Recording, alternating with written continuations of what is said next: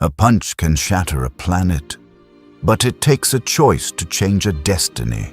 The multiverse is vast, infinite in its cruelty and wonder, and tonight it tears open like paper in the hands of a god. Darkseid stands at the edge of apocalypse, his omega beams carving reality itself into ribbons of light and shadow. The Justice League fights with everything they have. Superman's heat vision clashing against crimson energy. Wonder Woman's sword singing through paradamant flesh.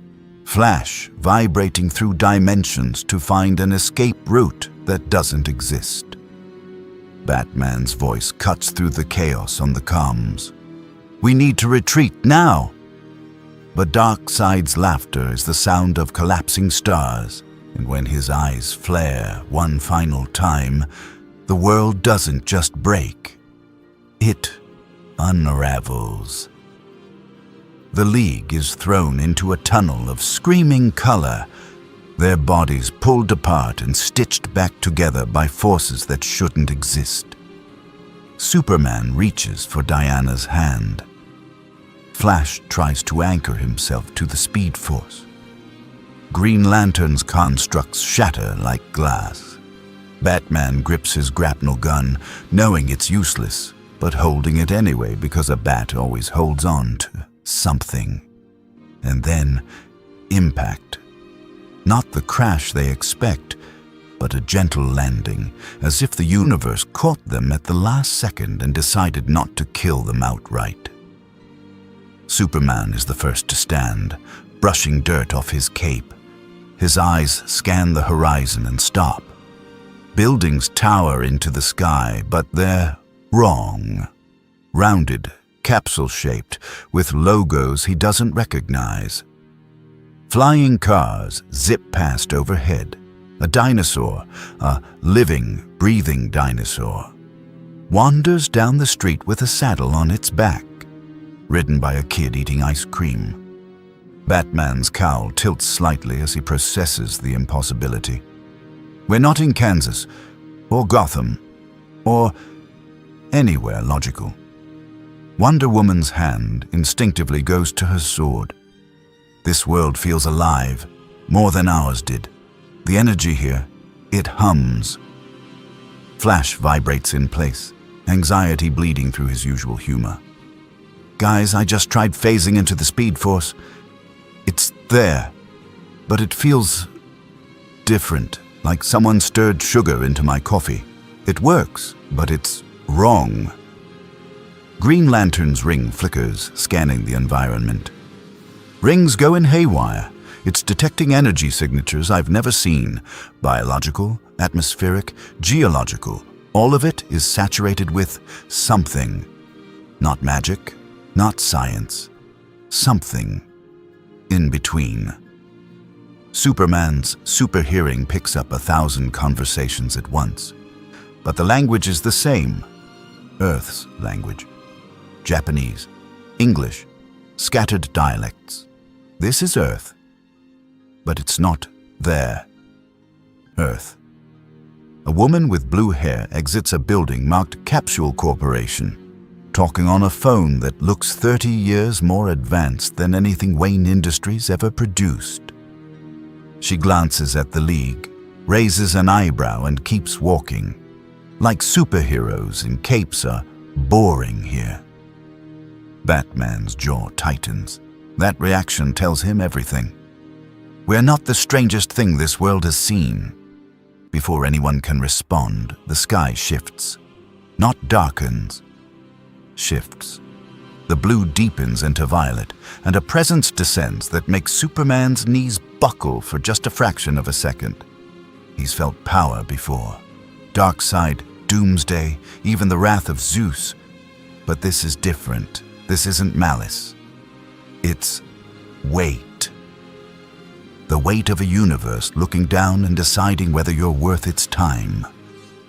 A white-haired man in a flowing robe and staff appears midair, serene, smiling like he's delivering tea, not judgment. His eyes pass over the League with casual interest, the way a jeweler might examine stones that could be diamonds or could be glass. "Oh my," he says, voice smooth as silk and sharp as a blade. "Visitors from outside. How delightful. And here I thought today would be dull." Behind him, space bends, and a purple-furred cat-like figure steps into existence. He's short, deceptively so, with golden jewelry and eyes that have watched galaxies burn. Beerus, god of destruction, yawns. "Whis, you interrupted my nap for this." His gaze falls on Superman, and for a moment, the Kryptonian feels something he hasn't felt in years. Small. They smell like disappointment and spandex. Whis chuckles. Now, Lord Beerus. They carry divine potential. Untrained, certainly, but curious. Their energy doesn't belong to this universe, yet here they are. I suspect they didn't arrive by choice. Superman steps forward, hands raised in a gesture of peace. "We don't want trouble. We were fighting an enemy, Darkseid, and his attack tore through reality. We don't know how we got here, but if we can find a way home, we'll leave immediately." Beerus picks his ear, flicks something invisible away. Polite. "But can you fight?" Before Superman can answer, another presence arrives. This one faster than teleportation. One moment the air is empty. The next, a man in an orange guy and wild black hair is standing between Beerus and the League, grinning like a kid who just found a new toy. "New guys." Goku's grin is infectious, bright, unguarded. "You look strong. Lord Beerus, can I spar with them?" "Please." Beerus waves a dismissive hand. "Do what you want. If they bore me, I'll destroy this city. If they entertain me..." He smiles. It's not comforting. "I'll only destroy half." Goku's eyes lock onto Superman, and the Kryptonian sees it. No malice, no arrogance, just pure, unfiltered joy. The joy of someone who fights because fighting is life. "You're strong, right? I can tell. Your energy's weird, but it's there. Come on." He drops into a stance, loose, relaxed, but every muscle coiled like a spring. "Let's see what you've got." Superman glances at Batman. The Bat's expression is unreadable, but his hand twitches. "Go." Information is survival, and they need to know what they're dealing with. Superman nods and removes his cape, handing it to Diana. "No holding back."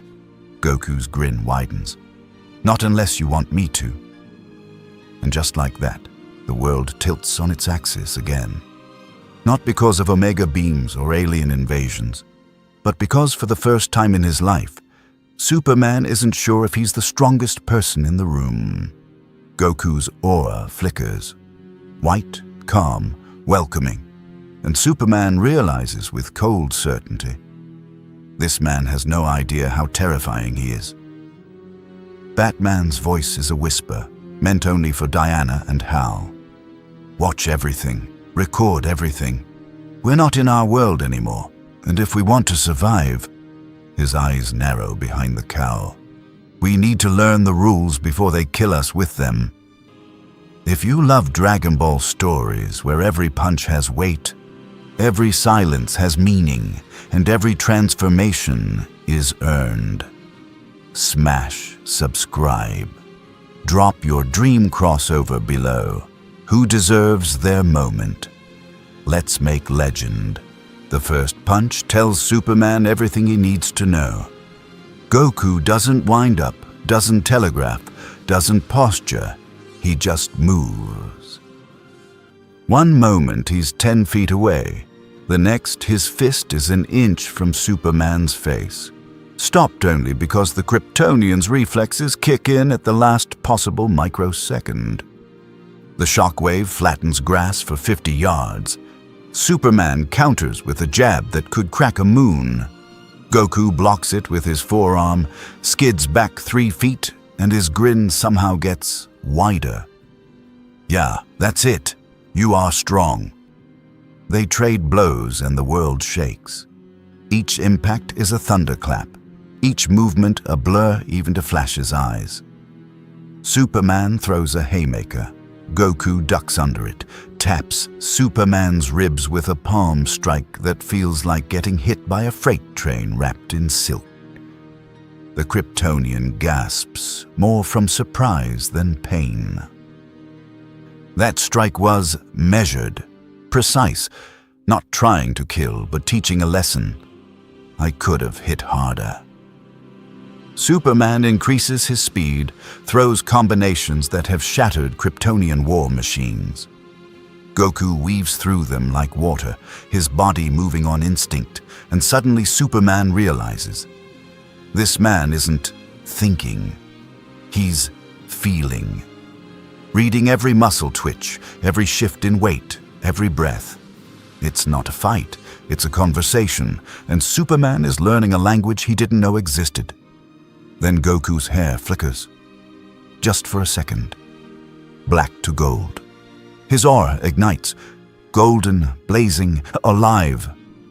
And Superman's next punch meets a force that stops him cold. Super Saiyan. The term means nothing to Superman, but the reality of it is undeniable. Goku isn't just stronger now. He's transcended.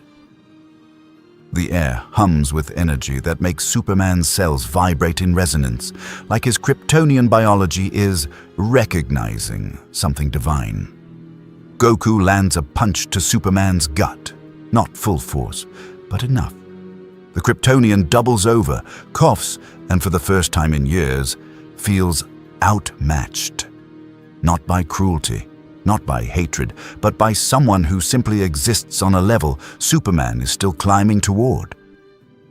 Goku powers down, offers a hand.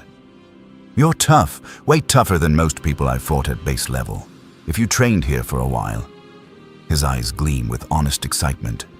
You'd be amazing. Superman takes the hand, pulls himself up, and nods. Respect given. Respect earned. But inside, a question gnaws at him. If that wasn't his full power, what is? Flash is next. He can't help himself. Curiosity and competitive streak override common sense. All right, Orange G guy. You're fast, but I'm the fastest man alive. Let's see if you can keep up. He blurs into motion, circling Goku at speeds that should render him invisible. But Goku just stands there, head turning slightly, tracking Flash perfectly. The speedster tries phasing, vibrating between moments, and Goku's eyes follow. Then Goku vanishes. Not super speed, not even a blur, just gone. Flash skids to a halt, looking around frantically, and then Goku taps him on the shoulder from behind. Looking for me, Flash yelps, jumps 3 feet in the air. How did you? I was moving through time slices. Goku scratches his head sheepishly. Oh, that's instant transmission. I can teleport anywhere I can sense energy. You're pretty fast, though. I almost lost track of you a couple times. Flash stares, processes, then grins despite himself. Okay, that's genius. You're not racing distance, you're skipping it entirely. I gotta learn that. Green Lantern steps forward, ring glowing. All right, speed and strength are great, but let's talk versatility. He constructs a massive hammer, swings it at a nearby boulder. The stone explodes into dust. Willpower made manifest. I can create anything I imagine. Your move. Goku eyes the green energy with fascination.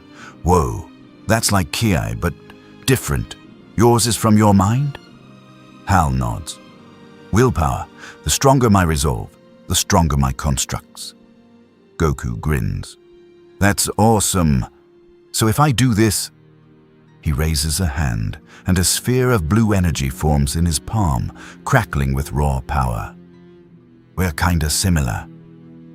Except mine comes from my body and spirit. He tosses the Kai blast into the air, where it detonates harmlessly in a shower of light. Hal's construct flickers for just a second, not from weakness, but because his ring is analyzing the energy, trying to understand it. Your energy, it's biological. It's you. My ring channels the emotional spectrum. We're pulling from different sources, but... He smirks. Yeah, similar. Vegeta lands nearby, arms crossed, scowl permanent. He's been watching from a distance, and his voice cuts through the moment like a blade. Parlor tricks. Your Kryptonian has raw power, but no finesse. The speedster relies on a crutch. His speed force does the work for him, and the green one. His eyes narrow at Hal. At least you understand that willpower matters. But willpower without strength is just noise. Batman has been silent, observing from the edge of the clearing.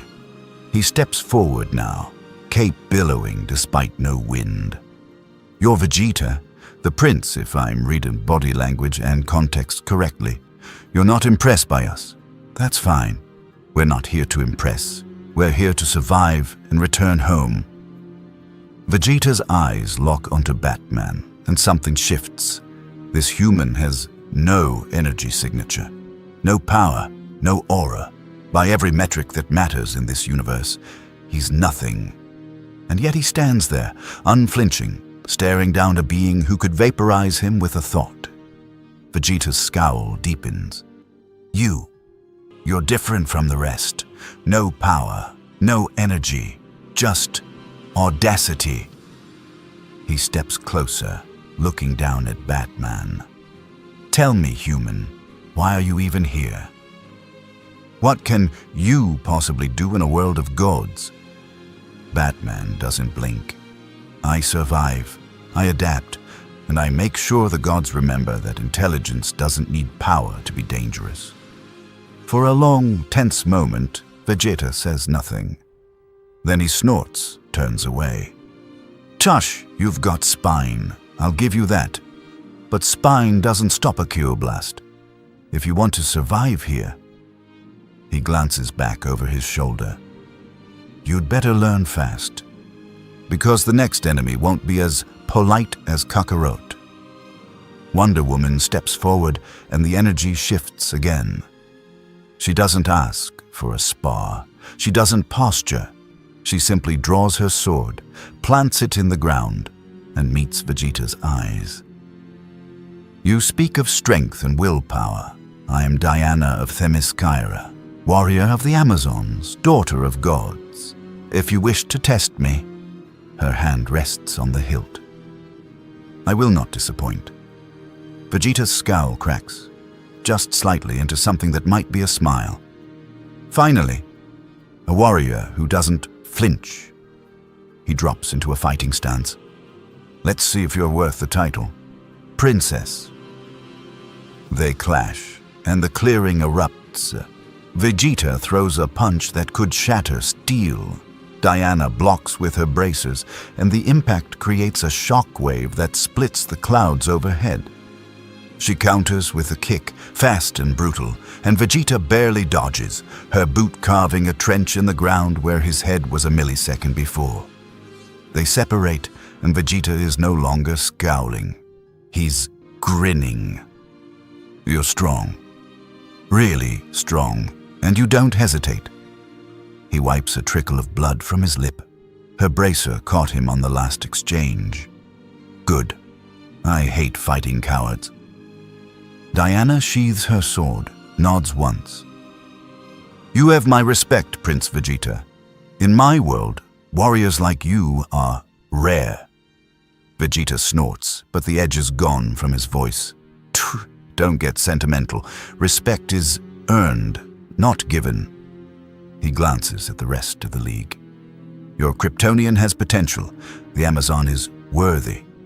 The rest, His eyes linger on Batman for a fraction too long. Remain to be seen. Beerus, who has been watching with half-closed eyes, finally speaks. Adequate. Not boring, but not exciting enough to ignore the real problem. His gaze sharpens, and suddenly the playful god is gone, replaced by something ancient and absolute. Your arrival wasn't random. Something followed you here. I can taste it in the air. Foreign energy, corrupted, wrong. Weiss taps his staff against the ground, and a holographic display appears, 7 glowing orbs scattered across the planet's surface. The Dragon Balls. But their light is flickering, pulsing with crimson veins of energy that shouldn't exist. Oh my, Whis murmurs, voice losing its playful lilt. This is troubling. The Dragon Balls are reacting to something, an external force attempting to interface with their divine structure. Superman's heart sinks. Darkseid. His Omega energy must have latched on to something when we crossed over. If he can access this world's power, Batman finishes the thought, voice grim. He won't just invade, he'll consume, turn this universe into an extension of Apocalypse. Goku's grin is gone now, replaced by something sharp and focused. Then we stop him. Right? He looks at Superman, and the Kryptonian sees it. No doubt, no hesitation, just absolute certainty. This man fights because it's right, not because it's easy. Superman nods. Right, Beerus yawns, stretches. Well then, it seems my nap will have to wait. His eyes glow with faint menace. Whis, gather the Dragon Balls before whatever this is corrupts them further. If I have to destroy a universe to stop contamination, he smiles. It's not comforting. I'll start with the contaminated parts first. And just like that, the Justice League realizes the truth. They're not in a world of heroes and villains. They're in a world of gods and mortals. And the line between the two is thinner and more dangerous than anything they've ever known. The Dragon Balls hover in Whis' staff, contained within a shimmering barrier of angelic energy. Their surface is crawling with crimson veins like infected wounds. Bulma's lab becomes the war room by default. She's the only one with technology advanced enough to analyze energy signatures that exist between science and divinity. The Justice League stands on one side of the holographic display, the Zai fighters on the other, and the tension isn't hostile. It's the friction of two worlds trying to understand each other's language. Bulma taps her tablet, pulling up readings that make Green Lantern's rings sputter in confusion. Whatever this energy is, it's trying to rewrite the Dragon Ball's fundamental code. They're not just wishes-granting artifacts. They're crystallized divine authority. If something corrupts that authority, she looks at Superman. Your dark side isn't just powerful, he's smart. Batman is already at another console, fingers flying across holographic keys that respond to touch and intent. Darkseid doesn't conquer, he converts. He turns your strengths into weapons against you. If he's infected your Dragon Balls, he's not trying to use them.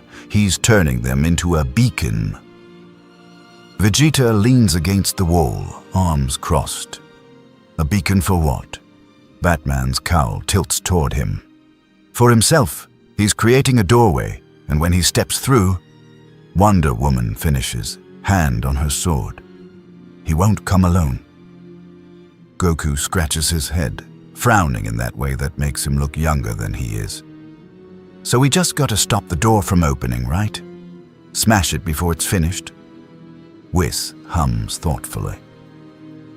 In theory, yes. But the Omega energy is intelligent. It will defend itself, and if Lord Beerus destroys the Dragon Balls while they're compromised, his smile doesn't reach his eyes. The backlash could fracture this universe's dimensional integrity. Imagine every world, every timeline, bleeding into each other, chaos incarnate. Beerus, lounging on Bulma's expensive couch with a plate of desserts, speaks without looking up. Then don't fail.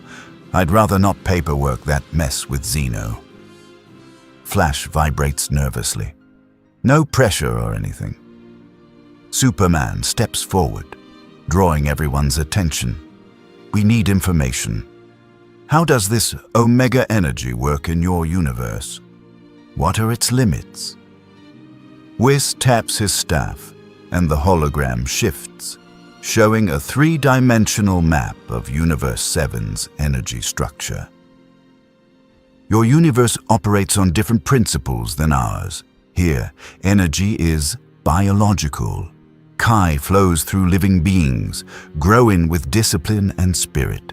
Your powers are external, gifts, accidents, cosmic forces. When Omega energy entered our space, it didn't replace our rules. It nested inside them like a parasite learning its host's language. Green Lantern stares at the display. So it's adapting, using your universe's key structure as camouflage. Weiss nods. Precisely.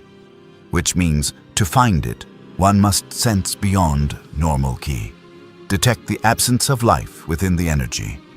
The hollow places where something exists but does not belong. Batman's mind is already 3 steps ahead. You're saying we need someone who can sense energy on a metaphysical level.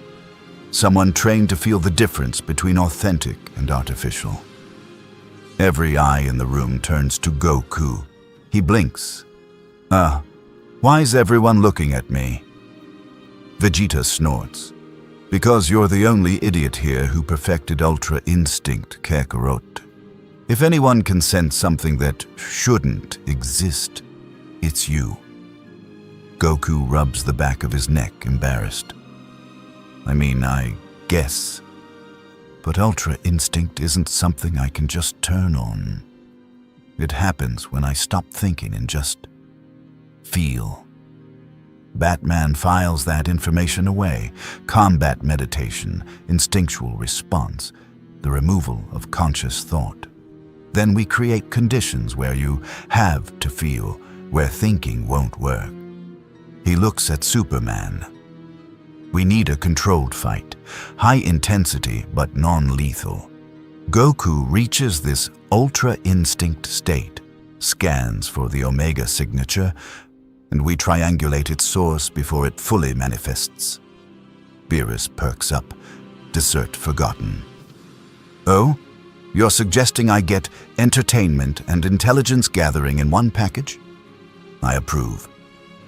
Goku's grin returns, bright and eager. A real fight? Against Superman? And it helps save the universe? He cracks his knuckles. When do we start? The wasteland stretches for miles, barren, lifeless, perfect for collateral damage. Goku and Superman face each other across 100 yards of cracked earth, their energies already beginning to resonate. The Kryptonian's aura is invisible to most, but those who can sense ki feel it. Solar radiation compressed into biological form, a star walking in the shape of a man. Goku's energy is different, wild, joyful, alive, in a way that defies explanation. Vegeta watches from a nearby cliff, Gohan beside him. The younger Saiyan adjusts his glasses nervously. Dad's really excited. I haven't seen him this happy since the Tournament of Power. Vegeta grunts. He's an idiot, but he's our idiot. And if this Kryptonian pushes him hard enough, his eyes gleam. Maybe I'll finally get data on how to surpass Kakarot. Wonder Woman stands with Piccolo, both warriors recognizing kindred spirits in each other. Stoic, disciplined, always watching. You're Goku, Diana says carefully. He fights with joy, no anger, no fear, just passion. Piccolo nods slowly. He's a fool in most things, but in combat, he's pure. That purity is his strength, and sometimes his weakness. He doesn't hate his enemies. He understands them. Diana's hand rests on her sword hilt. In my world, we call that mercy. Piccolo's eyes don't leave the battlefield. Here, we call it dangerous. Batman stands apart, recording everything with micro cameras embedded in his cowl.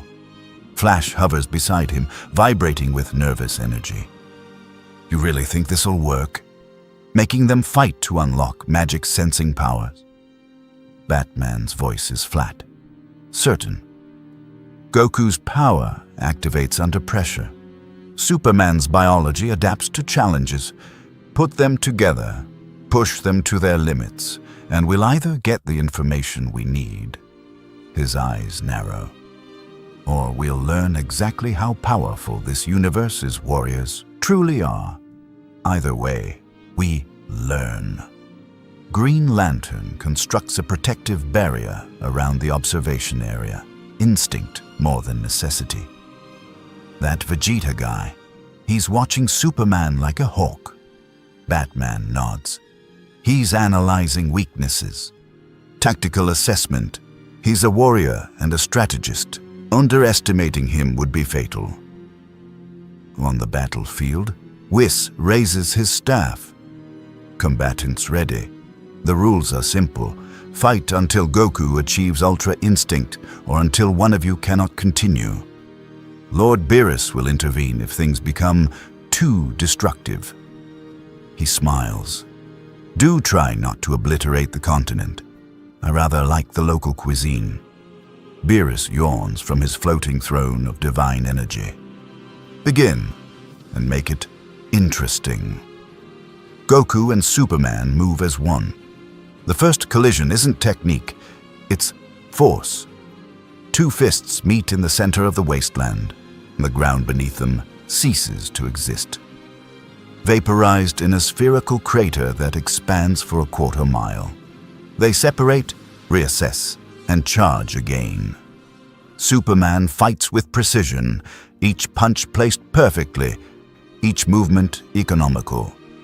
Goku fights with rhythm, flowing, adapting, every strike a conversation asking, "What will you do next?" They're even. Perfectly, impossibly even. Superman throws a combination, a jab, cross, uppercut, that would shatter Kryptonian battle armor. Goku blocks the first two, accepts the uppercut, uses the momentum to spin into a kick that cracks Superman's ribs. The Kryptonian grunts, grabs Goku's leg mid-kick, and swings him into a mountain. The impact flattens the peak. Goku emerges laughing, dusting off his GI. Okay, you're really strong. Time to get serious. His aura ignites. Golden, blazing, the air itself screaming under the pressure. Super Saiyan. Superman's eyes glow red, and twin beams of heat vision carve through the space Goku occupied a nanosecond before. The Saiyan is above him now, hands cupped, energy gathering in a sphere of blue-white fury. Ka! Me! Ha! Me! Superman crosses his arms, braces, and takes the blast head-on. The beam is agony, not pain, but pressure, like being crushed under the weight of a collapsing star.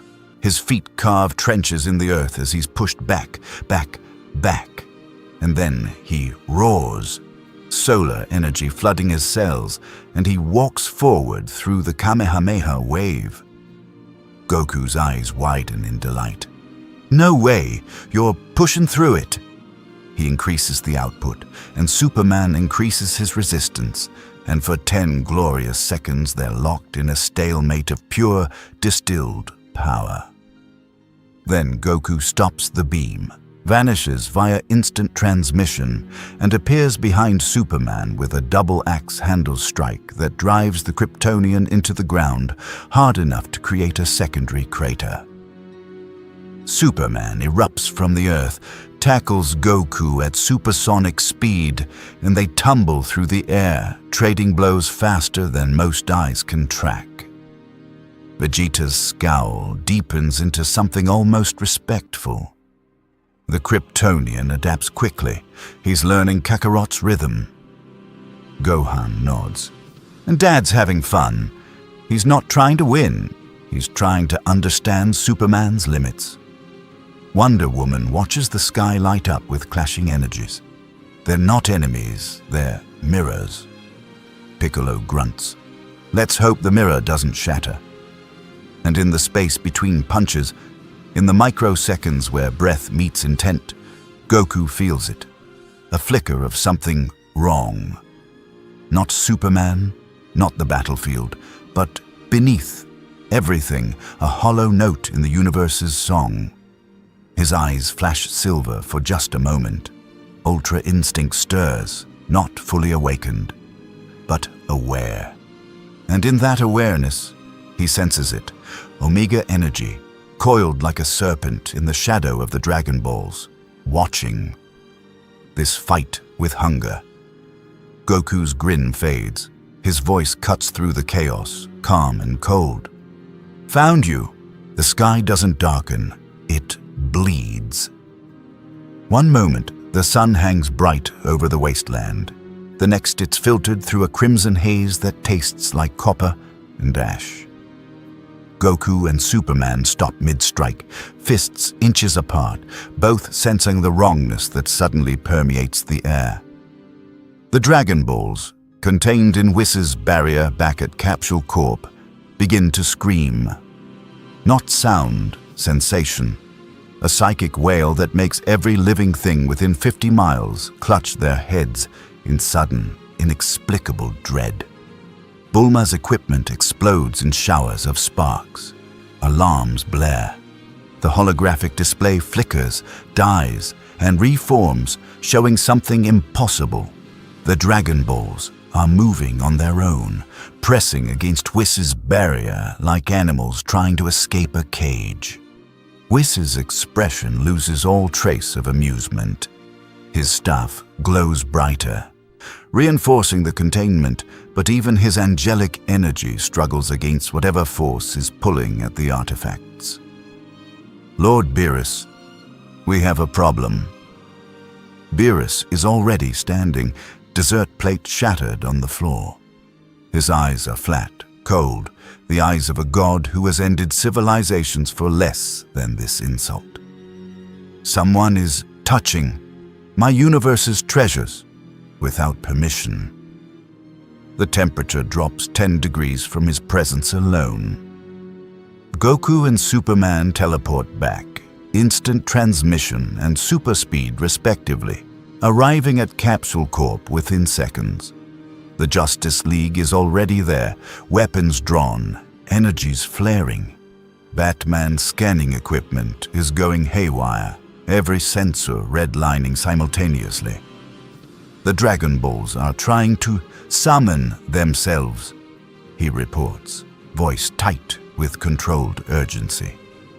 Something is pulling them toward a convergence point approximately 40 miles west of here. Green Lantern's ring projects a map, and the convergence point glows like an infected wound. That's not random. Whatever's doing this, it's intelligent. It's choosing a location with strategic value. Vegeta materializes beside Goku, already powered up, aura crackling with barely restrained violence. Then we go there and end it. Simple. Wonder Woman draws her sword, divine metal singing as it leaves the scabbard. Nothing about this is simple. If Darkseid's energy has learned to manipulate divine artifacts in this universe, we're not fighting an invasion, we're fighting an infection. Flash vibrates in place, eyes wide. Guys, the Dragon Balls just stop struggling. Everyone freezes. Weiss's barrier flickers, and the 7 orbs hang suspended, perfectly still. Then, as one, they begin to glow. Not their usual warm orange light, crimson. Deep, ugly crimson shot through with black veins that pulse like a heartbeat. Piccolo's antennae twitch, and his face goes pale. That energy signature, it's not replacing the Dragon Ball's power. It's wearing it like a mask. The orbs crack, not physically, dimensionally. Reality splits around them in hairline fractures, and through those fractures, something looks back. Eyes. Omega symbol eyes, vast and terrible and aware. And then Shenron manifests. The eternal dragon rises from the orbs, coiling through the air, massive and magnificent, but wrong. His scales are darker, edged with crimson. His eyes burn with Omega symbols instead of their usual crimson glow. And when he speaks, it's not his voice. It's Darkseid's. Universe 7. The voice is a mountain grinding against the sky, inevitable and absolute. I've crossed the threshold of realities. I've tasted your existence, and I find it acceptable for conquest. Shenron's, Darkseid's, gaze sweeps across the assembled warriors, and even Beerus tenses. This isn't an enemy. This is a concept made flesh, anti-life given form and purpose. Justice League. The corrupted dragon's attention fixes on Superman, and the Kryptonian feels the weight of that stare like a physical force. You thought you escaped me. You were wrong. I am inevitable. I am absolute. And now, thanks to your cowardice, I have access to a universe of gods. Superman steps forward, jaw set, eyes glowing with barely contained heat vision. You're not here, Darkseid. You're a shadow, a projection. You can't hold this form. The dragon laughs, and the sound cracks windows for miles. Perceptive, but irrelevant. I don't need to be here. I only need to open the door. And these Dragon Balls. Shenron's body writhes, reality distorting around him. Are the key. In 6 days, the door will be complete, and I will bring apocalypse to this universe. Your gods, your warriors, your Super Saiyans, all will kneel or be erased. Goku's fists clench, and his aura ignites without conscious thought. Not Super Saiyan. Something deeper. His eyes flicker silver for a fraction of a second, ultra instinct stirring in response to the threat. We won't let that happen. Darkseid's laughter intensifies. You have no choice. I am the end of all things. I am... Beerus moves. One moment he's standing beside Whis. The next he's through the corrupted Shenron, one hand extended, divine energy of pure destruction radiating from his palm. The Omega corrupted dragon screams, and the sound is glass breaking across dimensions. Beerus's voice is cold, final, the voice of entropy given will. You forget yourself, outsider. This is my universe, and I am its destruction. He clenches his fist, and the corrupted Shenron implodes, collapsing into a singularity of writhing Omega energy that Beerus contains in a sphere of purple light. For a moment, silence. Then Darkseid's voice, fainter now, echoes from the sphere. Impressive, but futile. The door is opening. You've merely delayed the inevitable. The sphere pulses once, twice, and then explodes in a pillar of crimson light that shoots into the sky and vanishes into the stratosphere. The Dragon Balls clatter to the ground, their glow dimmed but their corruption remaining. Whis kneels, examines them carefully, and his expression is grave. The Omega energy has retreated, but it's left a mark. The Dragon Balls are compromised. if we attempt to use them before purging the infection. He looks at Beerus. Darkseid will have his door. Batman steps forward, mind already calculating possibilities. 6 days. He said 6 days.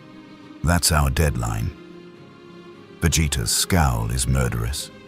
Then we have 6 days to find this door and destroy it before it opens. Superman looks at Goku, and understanding passes between them without words. They are not in separate worlds anymore. They're in one world, facing one enemy. And if they want to survive, they'll have to fight together. Goku nods once, and his grin returns. Smaller, sharper, edged with purpose. Then let's get to work. The next morning arrives with deceptive calm. The sun rises over Capsule Corp like nothing happened, like reality didn't crack open 12 hours ago to reveal eyes that have watched universes kneel. But inside Bulma's lab, no one has slept. Holographic displays show the Dragon Balls in quarantine, each one pulsing with faint crimson veins that refuse to fade. Weiss has contained them in a temporal stasis field. Not a solution, just a delay. Batman stands before the largest display. Cowl pulled back, Bruce Wayne's face exposed and haggard. He's been awake for 36 hours, cross-referencing energy signatures, analyzing patterns, building a framework of understanding in a universe that operates on rules his world never dreamed of. Superman approaches, cape draped over one arm, exhaustion evident in the slight slump of his shoulders. You need rest. Bruce doesn't look away from the screen. I need answers. Rest is a luxury we can't afford. Clark sighs, familiar with this argument, and doesn't push. Instead, he asks, "What have you found?" Bruce pulls up a three-dimensional model of the Omega energy structure. It's adaptive. Every time Weiss reinforces the containment, the energy learns from it and probes for weaknesses in a different pattern. It's not brute force, it's intelligent infiltration. Darkseid isn't trying to break down the door, he's picking the lock. Green Lantern materializes through the wall, constructs fading as he enters. I've been scanning the city. The ambient energy here, what they call Kai, it's everywhere. In the people, the animals, even the plants. This whole universe is alive, in a way ours isn't. Bruce nods slowly, pieces clicking into place. Which means the Omega energy can't just corrupt objects, it can corrupt living beings. If Darkseid's door opens, he won't just invade, he'll assimilate. Turn this universe's warriors into extensions of himself. Flash speeds in, vibrating with anxiety and 3 cups of coffee. Okay, that's officially terrifying. So what's the plan? Because I'm really hoping the plan isn't wait 6 days and pray. Bruce finally turns from the screen, and his expression is set with the determination that has stared down gods and madmen. The plan is we learn their rules, master their energy system, and we find the door before it finishes opening.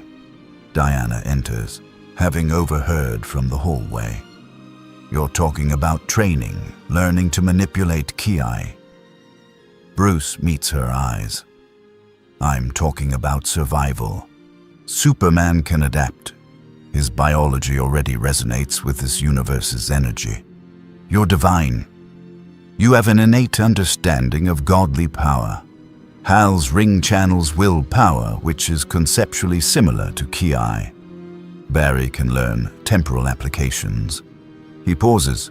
But I'm human, no powers, no enhancements. In this universe, I'm not just outmatched, I'm irrelevant, unless I change that. Clark frowns. Bruce, you can't just, I can. Bruce's voice is flat, certain. Goku said Kai is spiritual energy, made manifest. Discipline, focus, intent. Those aren't superpowers. Those are skills, and skills can be learned. He heads toward the door. I'm going to find Vegeta. Vegeta is exactly where Bruce expected, in Bulma's private training facility, a massive domed structure that can withstand planet-cracking attacks. The Saiyan prince is shirtless, covered in sweat, executing a kata that makes the air itself ripple with pressure. Each punch is precise, economical, perfect. This isn't lianxi practice. This is meditation through violence. Bruce waits until Vegeta finishes the sequence before speaking. I need you to teach me. Vegeta doesn't turn around. No. I can pay you. Technology, information, whatever resources. I said no. Vegeta finally turns, and his eyes are cold. You're a human, a weak human. No Saiyan blood, no alien heritage, no divine ancestry. Just flesh and arrogance. Teaching you Ki would be like teaching a fish to breathe fire. Pointless, impossible, and a waste of my time. Bruce doesn't flinch. You're right, I'm weak. By your standards, I'm nothing. But I've spent my entire life fighting enemies stronger than me. Gods. Monsters. Conquerors. And I'm still here. Still standing. Because I don't need to be the strongest.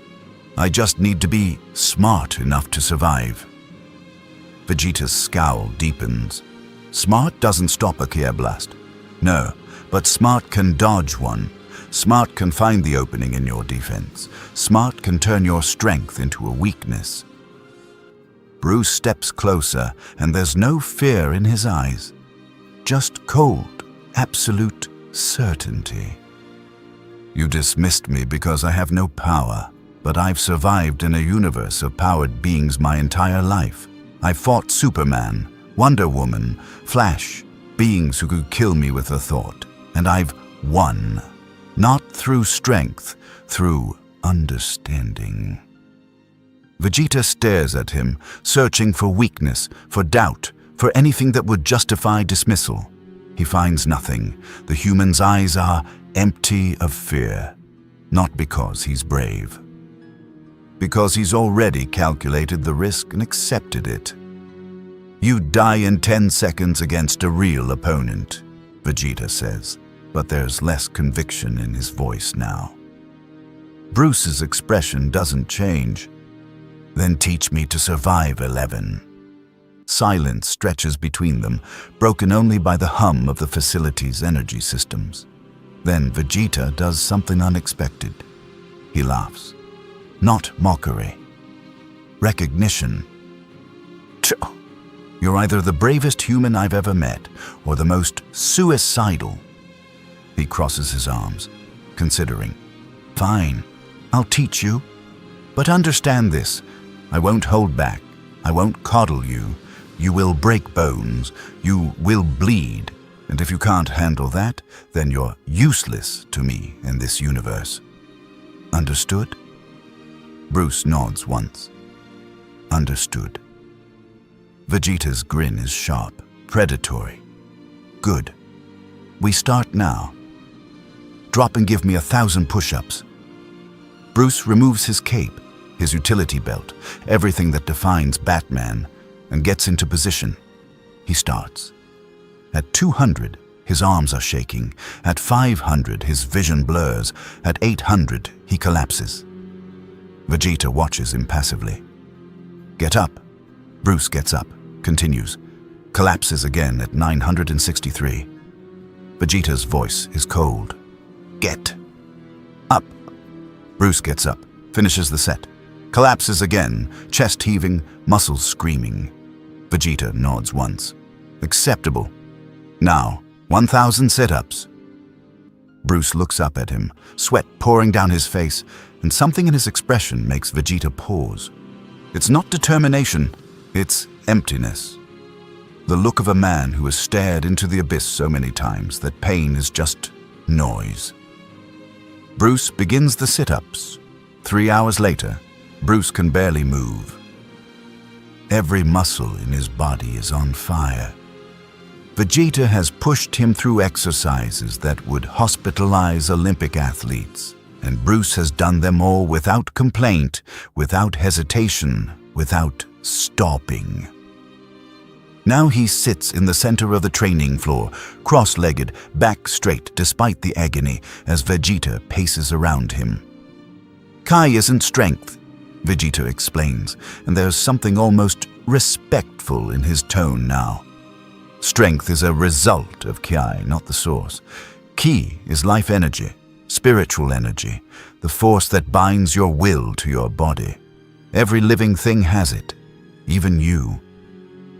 Bruce focuses on his breathing, the way he was taught by Raz Al Ghul, by Lady Shiva, by every master who tried to break him and failed. How do I access it? You don't access it. You are it. Right now, your Ki is invisible to you because you've spent your entire life thinking your mind and body are separate. They're not. They're one system, mind, body, spirit.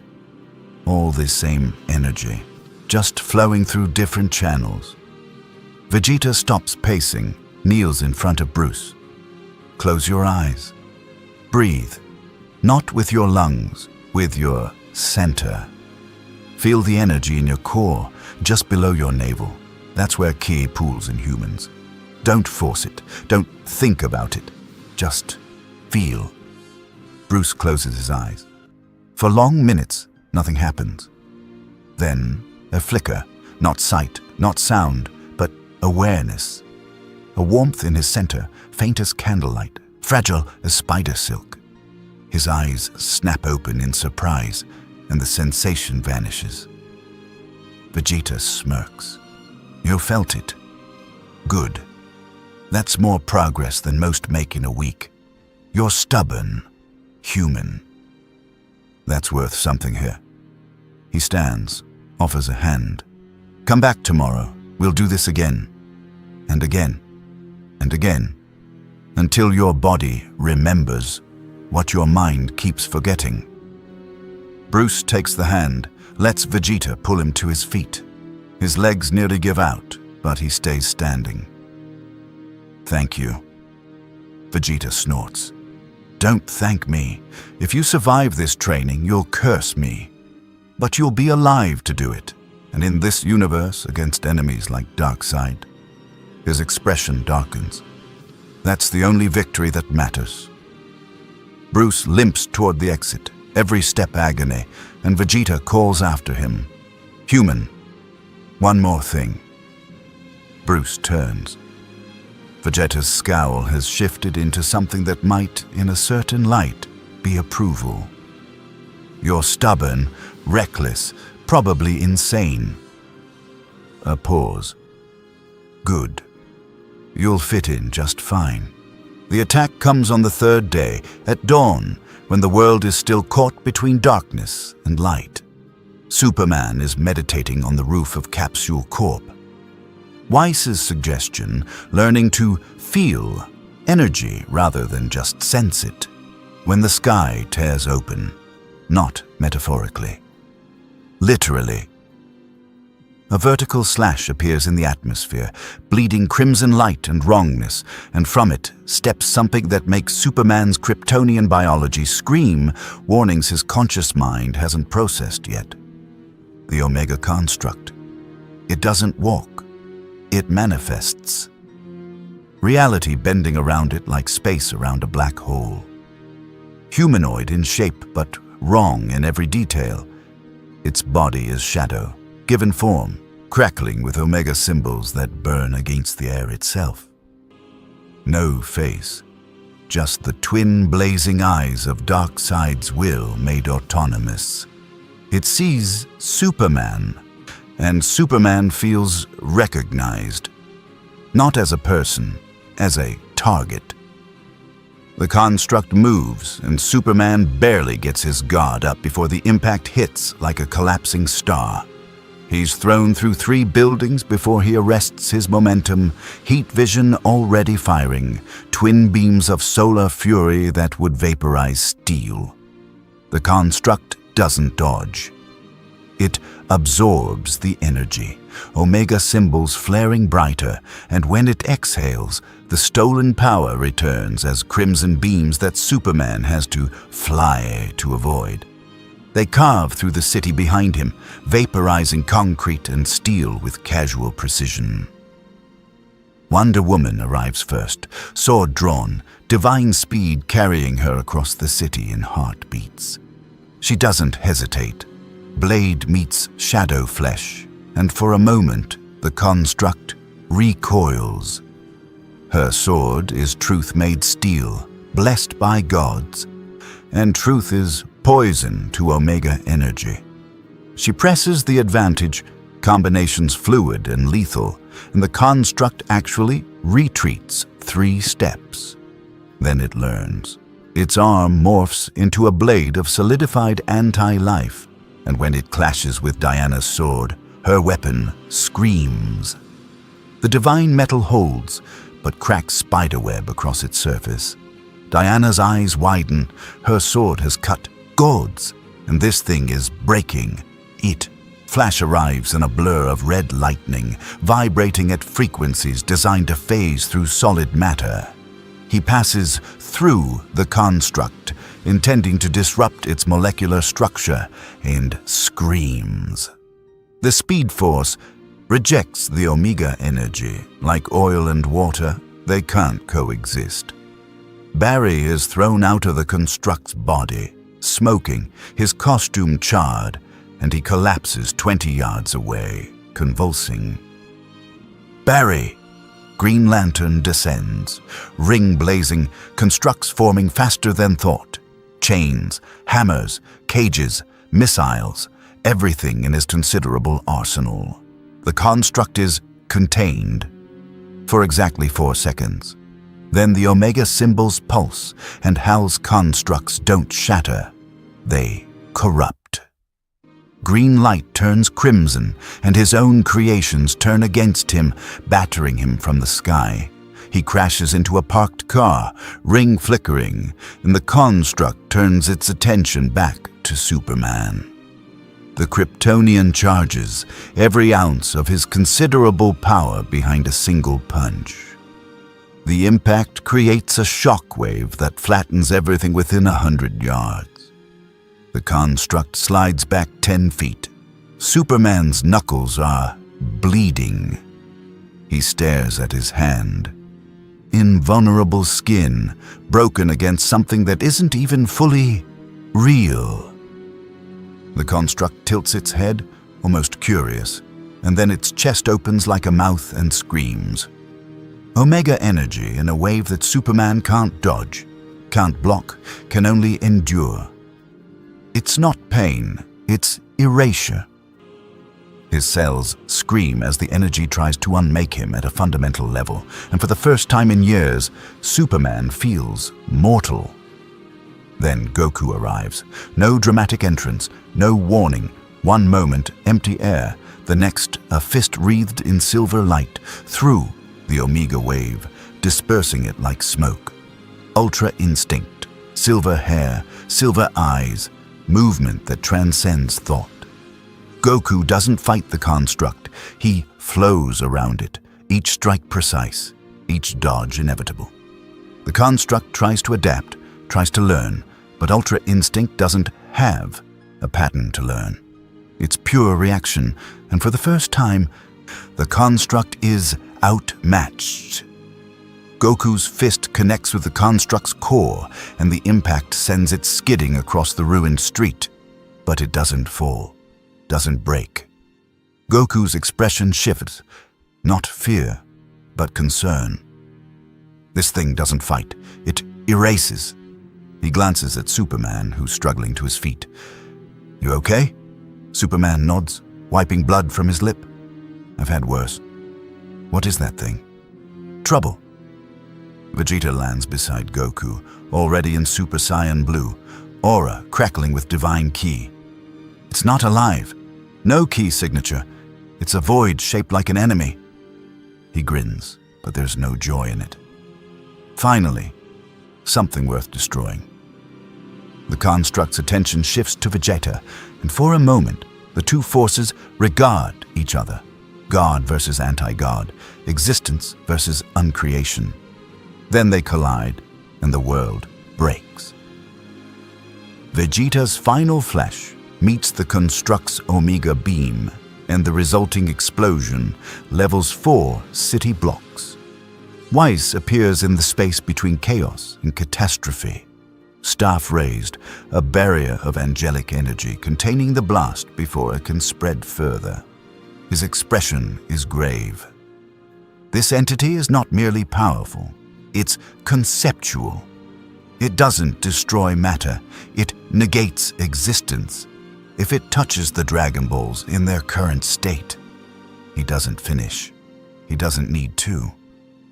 Gohan arrives, Piccolo beside him, both powering up. Dad, we felt the energy spike from King Kai's planet. Goku doesn't take his eyes off the construct. Gohan, get the civilians out of here. Piccolo, help him. This thing doesn't care about collateral damage because it doesn't see life, just obstacles. The construct proves him right by extending both arms. Omega energy forming dozens of spears that launch in every direction. Piccolo's reflexes save him. He grabs Gohan and throws him clear before the spears arrive. One pierces Piccolo's shoulder, and he screams, not in pain but in horror. The energy spreads from the wound like infection, and Piccolo can feel it trying to unmake him, erase him, render him nothing. Gohan's eyes flash with rage, and his aura explodes. Potential unleashed, white and furious. He rips the spear from Piccolo's shoulder, tosses it aside where it dissolves, and charges the construct with speed that makes even Vegeta blink. His punch connects with the construct's face, and the shadow being actually staggers. Batman arrives on a Capsule Corp hoverbike. Civilian evacuation coordinated through his Cowl's communications array. He's analyzing the fight, cataloging every movement, every energy signature, building a tactical profile even as the world burns around him. It's adapting, he says into the comms, voice cutting through the chaos. Every attack you use, it learns. Vegeta's energy attacks are 50% less effective than his first strike. Goku's Ultra Instinct is the only thing it can't predict because Ultra Instinct has no prediction. It's pure response. We need to overwhelm it with variety, not power. Wonder Woman, sword cracked but still functional, rejoins the fight. Suggestions? Mix disciplines? Your divine energy, their key. Hal's constructs, Clark's solar radiation, hit it with forces that contradict each other. Make it choose which adaptation to prioritize, then exploit the gap. Diana grins, fierce and bright. I like the way you think, Dark Knight. She charges, and this time she's not alone. Superman on her left, Gohan on her right, Vegeta above, Goku below. 5 warriors, 5 different energy signatures, 5 simultaneous attacks. The construct tries to adapt, Omega symbols flaring, but Batman was right. It can't defend against everything. Diana's sword finds its core. Superman's heat vision burns through its defenses. Gohan's ki-infused punch shatters its left arm. Vegeta's God of Destruction energy, borrowed from training with Beerus, negates a portion of its mass. And Goku, still in Ultra Instinct, delivers a Kamehameha point blank that sends the construct through the dimensional fabric it emerged from. For a moment, silence. Then the rift begins to close, and Weiss's staff glows brighter. It's retreating, not destroyed, retreating, which means it will return. Stronger, adapted. Beerus materializes, having watched the entire fight from a safe distance, and his expression is annoyed. This is becoming tedious. I don't appreciate tedium in my universe. He looks at the assembled warriors, his gaze lingering on the Justice League. You outsiders brought this plague. You will help end it, or I will end everything just to be certain.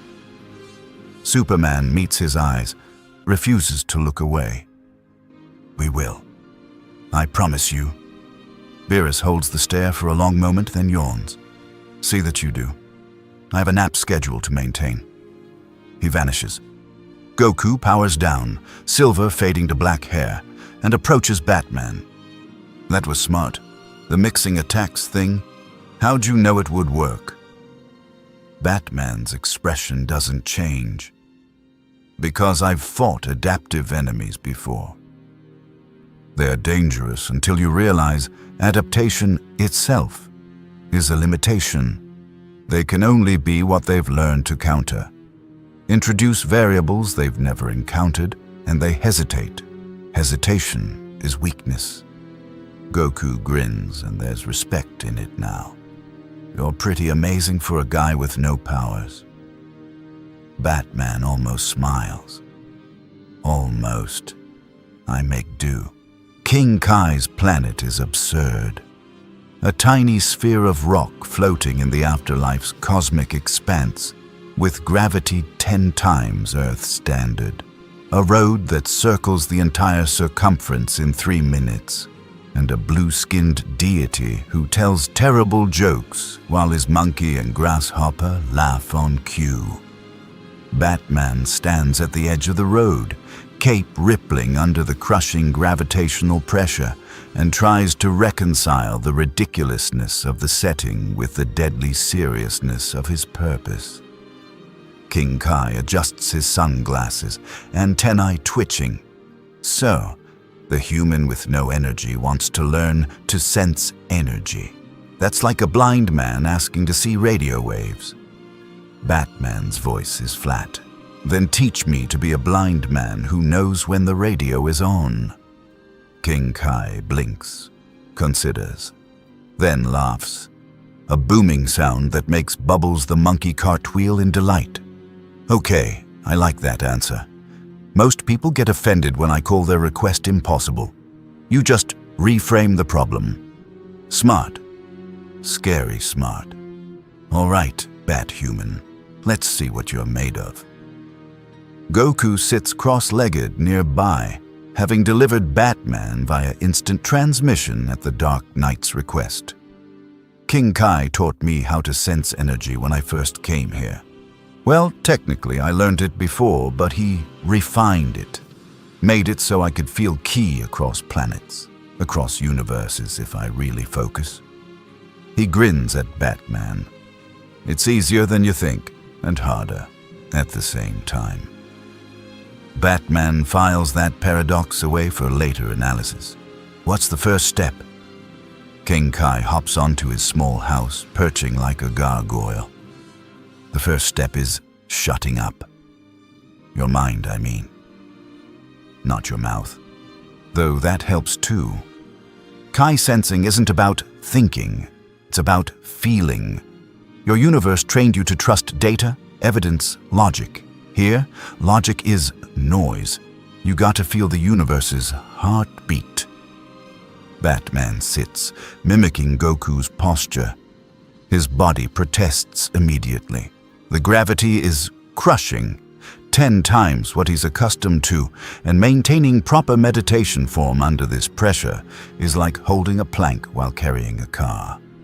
King Kai nods approvingly. Good. You don't complain. Most humans would be crying right now. Saiyans too, first time up here. Now, close your eyes. Breathe. Not shallow, deep. Pull air into your center. That spot Vegeta showed you, that's your Kai well. Right now it's a puddle. We're gonna make it a lake.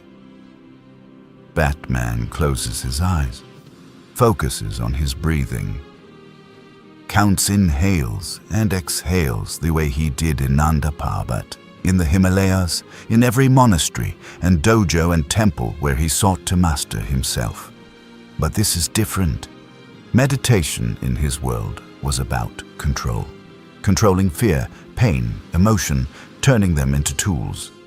Here, King Kai is asking him to release control, to feel instead of think. It goes against every instinct he's honed over 30 years. Minutes pass, an hour, 2 hours. Batman's legs go numb under the gravity. Sweat pours down his face. His breathing stays steady, mechanical, controlled, and he feels nothing. No ki, no energy. Just the crushing weight of the planet and the white noise of his own thoughts, analyzing why this isn't working. King Kai hops down, walks over, and flicks. Batman's forehead hard. You're thinking again. I can literally hear your brain grinding away like a broken engine. You're trying to solve a math problem, but ki isn't math. It's music. You don't calculate music, you feel it. Batman opens his eyes, frustration bleeding through despite his iron discipline. Then how do I stop thinking? Thought is what I am. Goku speaks up, voice unusually serious. That's not true. When you fight, really fight, against enemies you know could kill you, do you think through every move? Batman considers. No. Training takes over. Muscle memory, instinct. Exactly. Goku stands, energized. That's you. Not thinking. That's you trusting your body, your experience, your spirit, to do what needs doing. Ki sensing is the same thing, just quieter. Instead of fighting an enemy, you're listening for them. Feeling where they are before they move. He taps his chest. When I use Ultra Instinct, I'm not thinking at all. My body just knows. Ki sensing is like that, but smaller, simpler. You're not trying to dodge attacks. You're just trying to hear the universe breathing. Something clicks in Batman's mind. Not logic. Realization. He's been approaching this like detective work, gathering clues, analyzing data, forming conclusions. But ki isn't a mystery to solve. It's a presence to acknowledge, like knowing someone is standing behind you without seeing them, like feeling eyes on you in the dark. He's felt that his entire life. The awareness that comes from existing in Gotham's shadows, where survival means knowing when danger is near, even when logic says you're safe. He thought it was paranoia, training, hyper-awareness born from trauma. But what if it was always this? What if he's been sensing energy his entire life and just called it by different names? Batman closes his eyes again. This time, he doesn't focus on his breathing. He just breathes, doesn't try to feel energy, just stops trying not to. And there, faint as starlight, fragile as spider silk, he feels it. Warmth, not temperature. Presence. He feels Goku, a bonfire of energy 10 feet away, bright and wild and joyful, even in stillness. He feels King Kai, smaller but ancient, like a candle that's been burning for 10,000 years. And he feels himself, a flicker, barely there, the faintest spark in an ocean of power. But it's there. His eyes snap open in shock, and the sensation vanishes like waking from a dream. Goku is grinning. You felt it. I saw your face. You felt our Kai. Batman's hand trembles. Just slightly, just enough that he notices and hates that he notices. It was there for a second, then I lost it. King Kai laughs, delighted. Of course you lost it. You got excited. Excitement is thinking, but you felt it, and that means you can feel it again, and again, and again. until your body remembers what your mind keeps forgetting. He hops back onto his house. Come back tomorrow. We'll do this until sensing ki is as natural as breathing. You've got potential, Bat-Human. Terrifying potential, actually. Most people take weeks to feel their first flicker.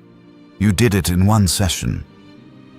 Batman stands, legs protesting under the gravity, and something in his expression makes even Goku pause. It's not satisfaction, it's hunger. The look of someone who's found a new tool and is already calculating its applications. Tomorrow, Batman agrees.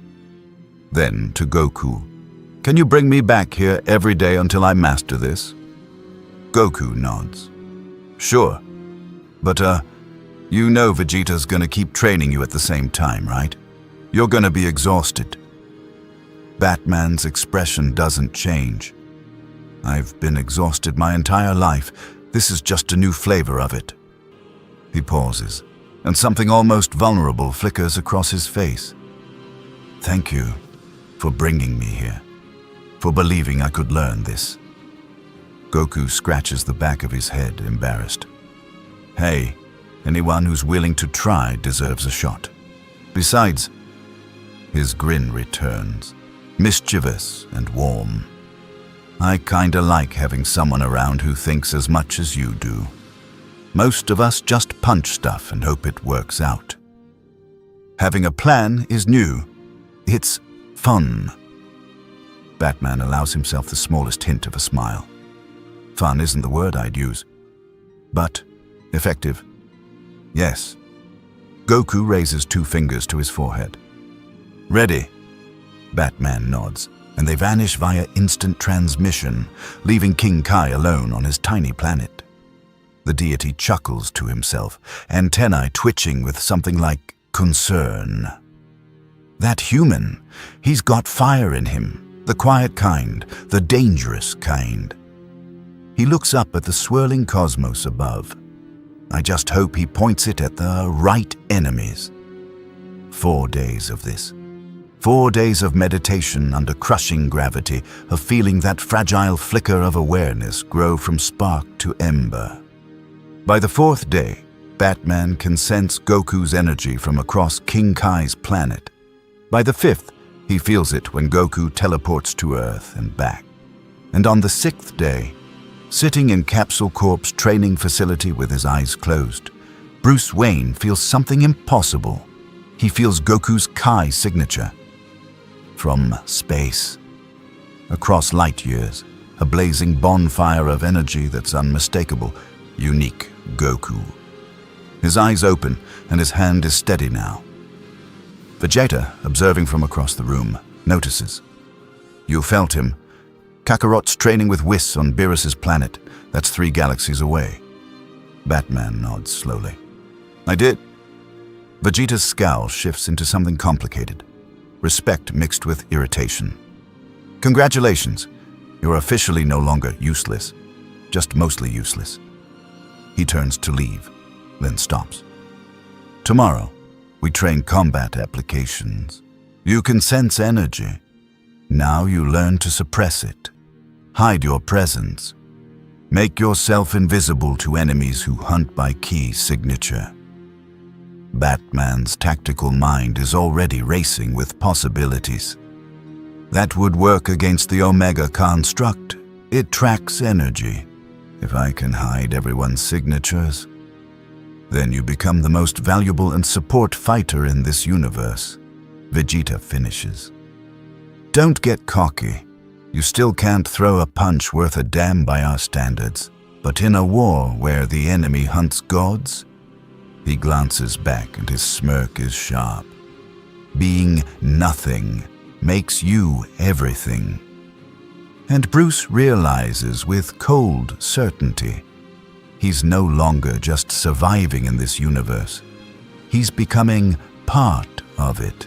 Beerus's planet exists outside conventional space, a realm where time moves differently and the very air hums with divine authority. Trees grow in impossible spirals. The sky shifts through colors that have no names, and at the center of it all stands a palace that's equal parts temple and monument to the god of destruction's particular aesthetic sensibilities. Superman floats cross-legged above a crystalline lake, eyes closed, solar energy radiating from his cells in waves that make the water shimmer and steam. He's been here for 3 days. 3 days that have felt like 3 lifetimes because Whis doesn't train the way Earth's mentors do. There are no exercises, no drills, no techniques to master. There's only understanding. Whis circles him, staff tapping against the crystal shore with rhythmic precision. You're still forcing it, Superman. Your cells absorb solar radiation and convert it to biological energy. Marvelous, really. But that's a transaction. Intake and output, consumption and expenditure. Here in Universe 7, energy doesn't transact. It flows like a river. And you, my dear Kryptonian, are trying to drink the river instead of becoming part of it. Superman's brow furrows in concentration. I don't understand. My powers come from Earth's yellow sun. Without solar energy, I'm just vulnerable, mortal, finite.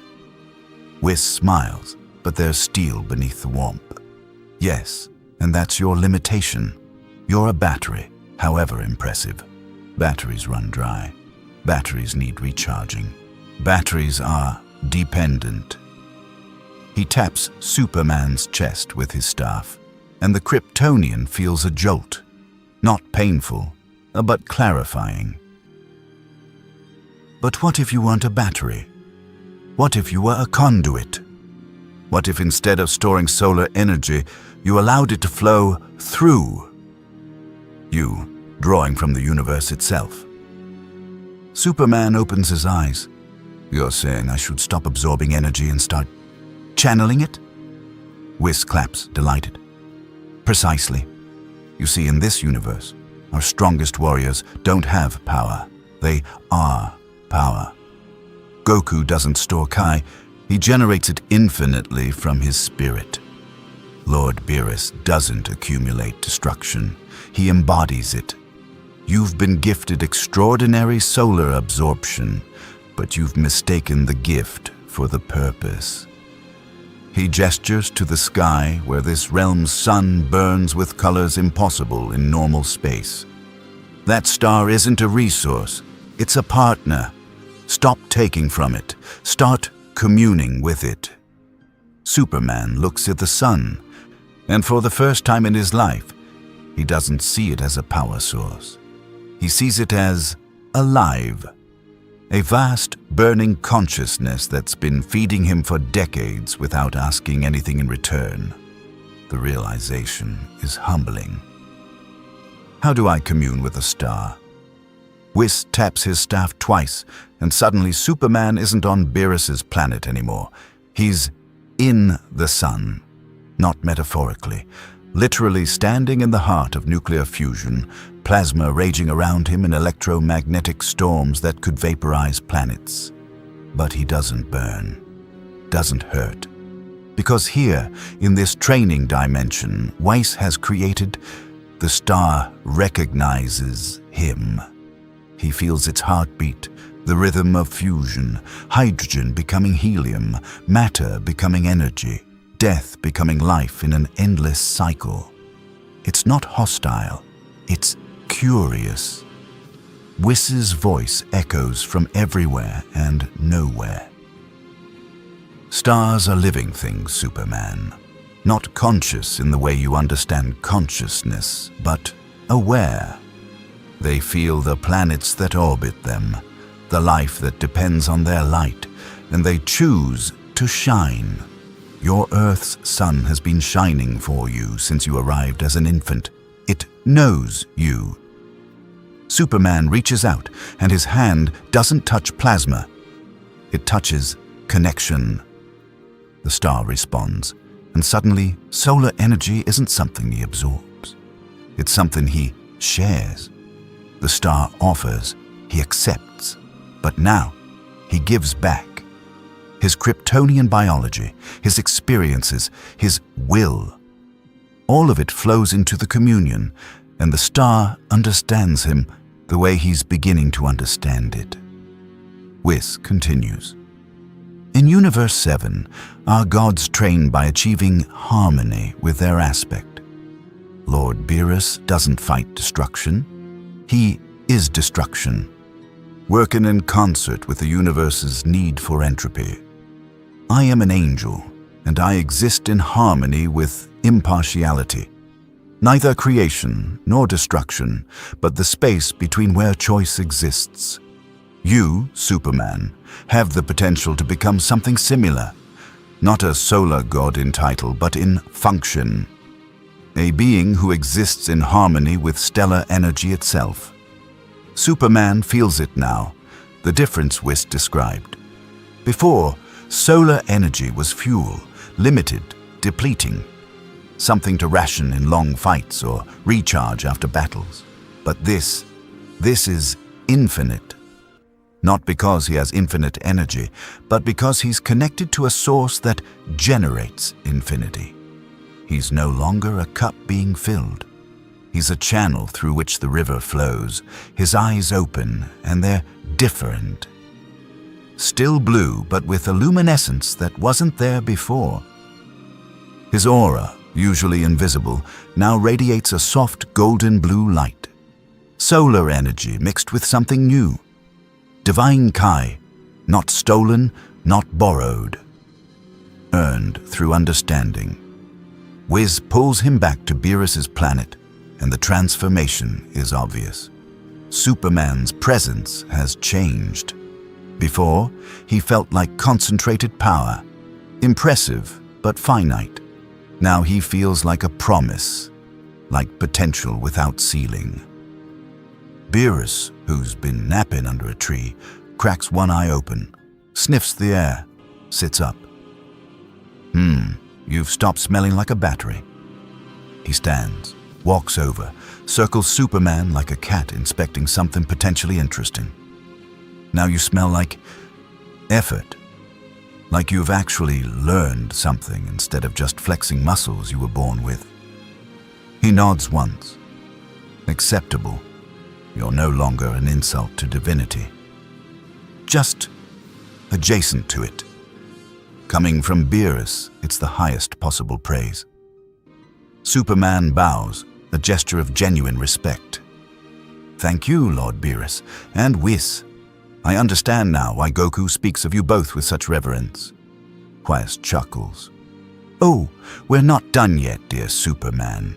You've achieved the foundation. Now comes the structure.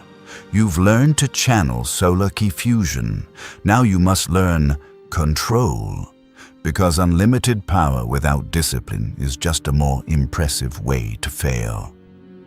Over the next 3 months, one day in Universe 7's normal time, courtesy of temporal manipulation, Superman trains in ways that make his previous understanding of physical limits seem quaint.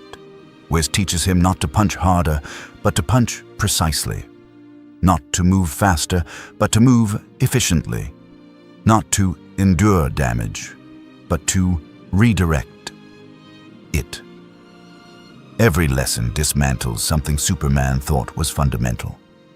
You tank attacks because your body can survive them, Whis explains after Superman takes a deliberately thrown energy blast head-on. But survival isn't mastery. Watch.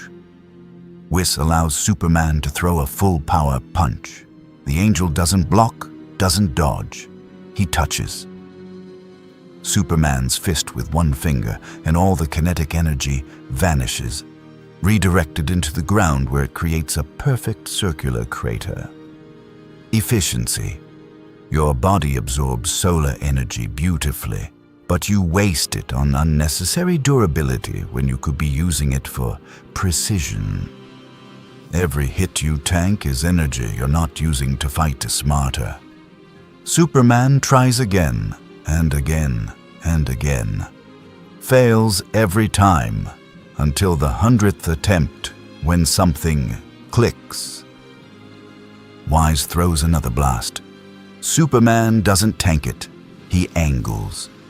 His body lets the energy slide past him, redistributes his solar ki aura to deflect rather than absorb. The blast dissipates harmlessly. Whiz beams. Yes, that's it. You're not a wall, Superman. You're a river. Let attacks flow around you, through you even. Save your energy for what matters. Striking back. By the end of the 3 months, Superman has transformed. Not just in power, in philosophy. He no longer fights like a brawler with infinite health. He fights like Whis. Minimal movement, maximum effect, every action purposeful. His solar god ki, the fusion of Kryptonian biology and Universe 7's divine energy, doesn't make him stronger in raw output. It makes him efficient. He can fight at full capacity for hours without tiring because he's not spending energy. He's channeling it. Beerus watches the final sparring session between Superman and one of Whis' constructs, a projection of Goku at Super Saiyan Blue level. Superman doesn't overpower it. He outthinks it, dodges by millimeters, strikes only when openings appear, redirects attacks into each other, and when he finally lands the finishing blow, it's not a haymaker.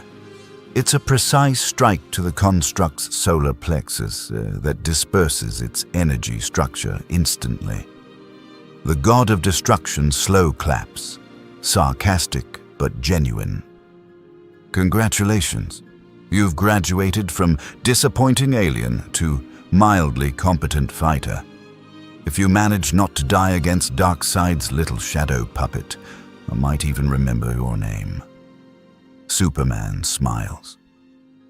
I'll take that as a compliment, Lord Beerus. Whis taps his staff and a portal opens. Back to Earth, where 5 days have passed in normal time. Go.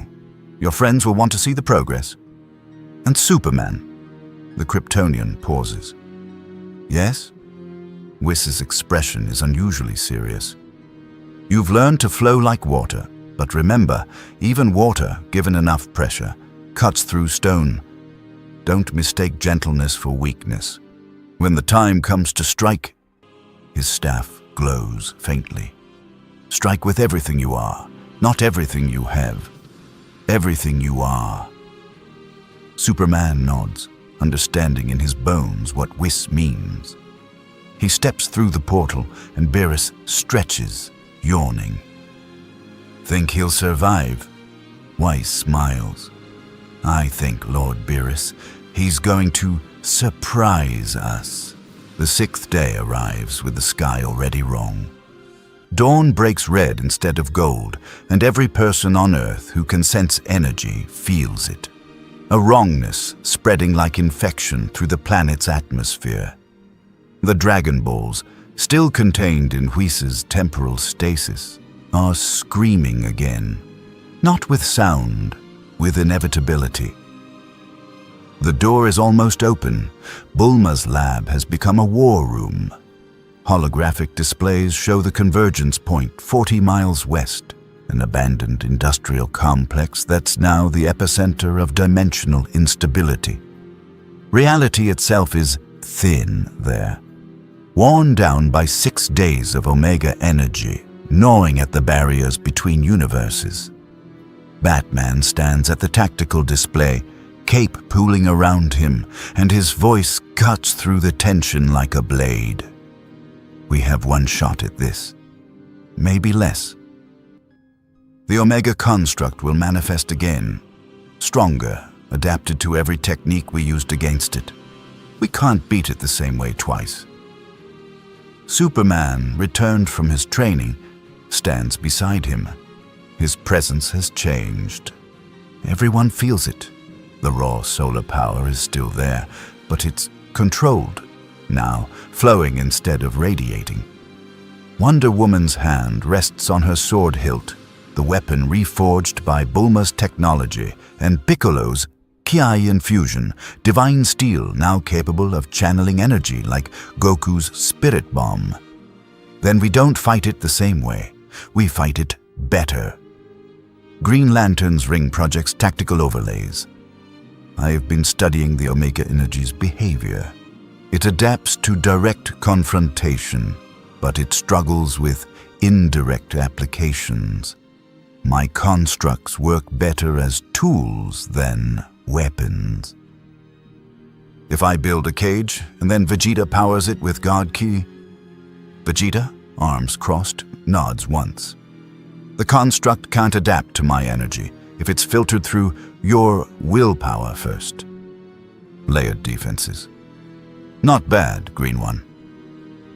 Flash, still recovering from his last encounter with the construct, speaks up. I can't phase through it. Speed Force and Omega Energy are like oil and water, but what if I don't try to touch it? What if I create temporal distortions around it? Make it exist in multiple time frames simultaneously. Goku's eyes light up. Oh, like when I use instant transmission but don't fully arrive. Just flicker between places super fast. If you do that with time instead of space. Flash grins despite his nervousness. We could trap it in a loop. It'd be experiencing every second infinitely. Unable to adapt because it's constantly resetting. Gohan adjusts his glasses, thinking. But the loop would need an anchor, something to hold the temporal distortion stable while you maintain it. Piccolo speaks, voice gravelly and certain. I can do that. Namekian regeneration plus key control. I can be the anchor. Pin myself to a single moment and let the construct's attacks pass through me like I'm a photograph. Batman's eyes narrow. That would require you to stop dodging. You'd take every hit. Piccolo's expression doesn't change. I've died before. It's inconvenient. The room falls silent for a moment, and then Vegeta barks a laugh. I like this Namekian. Stubborn, stupid, but stubborn. He looks at Batman. What about you, human? You've been training with me for 6 days. You can sense Ki now. Can you suppress it? Batman nods.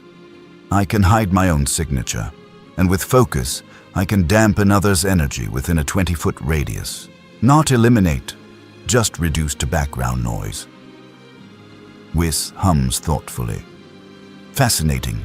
You've learned Ki suppression before mastering Ki projection. That's highly unusual. Most warriors learn to roar before they learn to whisper. Batman's voice is flat. I'm not most warriors. In my world, being loud gets you killed. Beerus, lounging on a chair that's definitely too small for a god of destruction, speaks without opening his eyes. So, the plan is, the bat hides everyone's energy, the green one builds a cage, the Namekian becomes a punching bag, the fast one breaks time, and the rest of you, what? Hit it really hard. Goku grins. Pretty much. But like, hit it hard in a smart way. Superman steps forward. I've trained with Whis. I can absorb Omega Energy now, not permanently, but long enough to convert it into solar ki and redirect it. If we can overload the construct with its own power, turned against itself. Wonder Woman finishes the thought. It won't adapt because it's not attacking it. It's becoming it, and nothing can defend against itself. Batman allows himself the smallest hint of satisfaction. Eclipse Protocol. We don't fight the shadow. We become the shadow, then turn it inside out. Vegeta stands, energy crackling around him. Tish! Complicated. Risky. Probably going to get half of us killed. He grins, sharp and feral. I love it. When do we leave? Batman checks his gauntlet display. The dimensional barrier collapses in 4 hours. We leave in 3. Use the time to prepare, rest if you can, and make peace with whatever gods you pray to. Gohan raises a hand hesitantly. Most of us know the gods personally. Should we tell them goodbye? Beerus opens one eye. If you die, I'll be very disappointed. I've grown accustomed to this planet's food. Don't make me destroy it out of irritation. Goku laughs. That's Beerus for good luck. The war room empties as everyone prepares in their own way. Superman finds a quiet corner, closes his eyes, and feels Earth's sun. Sends gratitude, receives warmth in return. Wonder Woman sharpens her sword, each stroke of the whetstone a prayer to Athena, Artemis, Hera, all the gods who made her. Flash runs, just runs, circles the planet 3 times, burning off anxiety, reminding his body what speed feels like. Green Lantern constructs a single green rose, holds it for a moment, then lets it dissolve. A reminder that willpower can create beauty, not just weapons. Gohan calls Videl, tells her he loves her, that he'll be home soon. Doesn't mention he might not survive. Piccolo meditates in silence, remembering Kami, remembering Nail, remembering every version of himself that died so this version could exist. Vegeta stands alone in the training room, fists clenched, and speaks to no one. Trunks, Bulla, Bulma, I will come back, because a Saiyan prince doesn't lose. And Batman does what he always does. He plans, runs simulations, calculates probabilities, accepts that the odds are against them and decides that odds are just numbers, and numbers can be wrong. 3 hours and 59 minutes later, they stand at the convergence point. The industrial complex is gone, not destroyed, replaced. In its place is a wound in reality, a vertical slash 20 feet tall that bleeds crimson light and whispers promises of entropy. The Omega construct emerges slowly this time, deliberately. It's learned showmanship, learned intimidation. Its form is more defined now, no longer just shadow, but architecture. Angles that hurt to look at, geometry that shouldn't exist, and it's bigger. Twice the size it was before, crackling with absorbed knowledge from every attack they used against it. It sees them, all of them, and it speaks, not with Darkseid's voice, but its own. A chorus of stolen words, recycled screams, echoes of everyone it's erased. You return, predictable. Darkseid calculated this. You cannot win, you can only delay. And delay is just slower failure. Goku steps forward and his aura ignites. Not Super Saiyan, not yet. Just base form, but ready. Maybe, but we're pretty good at making failures interesting. The construct tilts its head. Interesting, an irrelevant metric.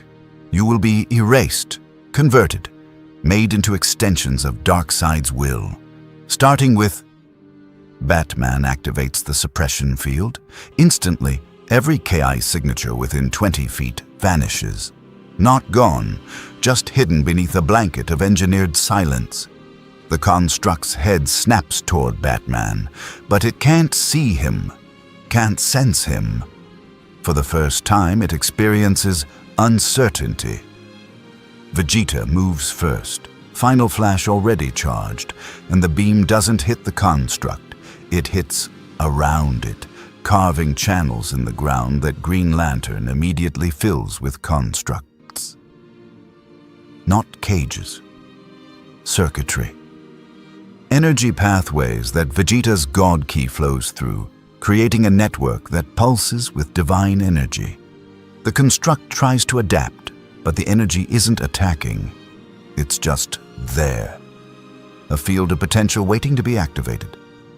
Flash vibrates, and reality stutters.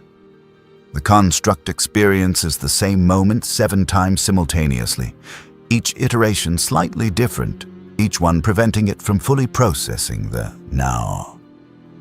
Piccolo plants himself in the center of the temporal distortion, arms crossed, and stops moving. Becomes a fixed point. The construct lashes out with Omega spears. They hit Piccolo, pierce him, and he doesn't react, doesn't dodge, just regenerates, and holds position, anchoring the time loop with his existence. Wonder Woman's sword ignites with divine ki, and she doesn't charge.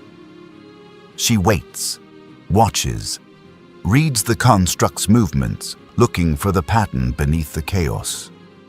Gohan and Goku flank from opposite sides, energies synchronized, father and son moving as one, blue and potential unleashed, creating a harmonic resonance that makes the construct's form flicker. And Superman, at the center of it all, breathes. Solar God Ki flows through him, and he doesn't absorb the Omega energy radiating from the construct.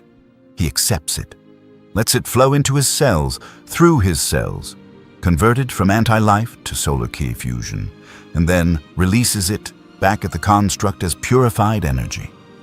The construct screams, not pain, but confusion. Its own power turned against it, and it can't adapt because the attack is itself. Batman's voice cuts through the chaos, calm and absolute. Now, all of you. Now. Vegeta detonates the Ki network. God of Destruction energy floods the constructs, and the cage doesn't contain the construct. It defines it, forces it into a single spatial location. Flash collapses the time loop. 7 moments become 1, and the construct experiences singularity, unable to exist in multiple states. Piccolo releases the anchor, stumbles, catches himself, his job done.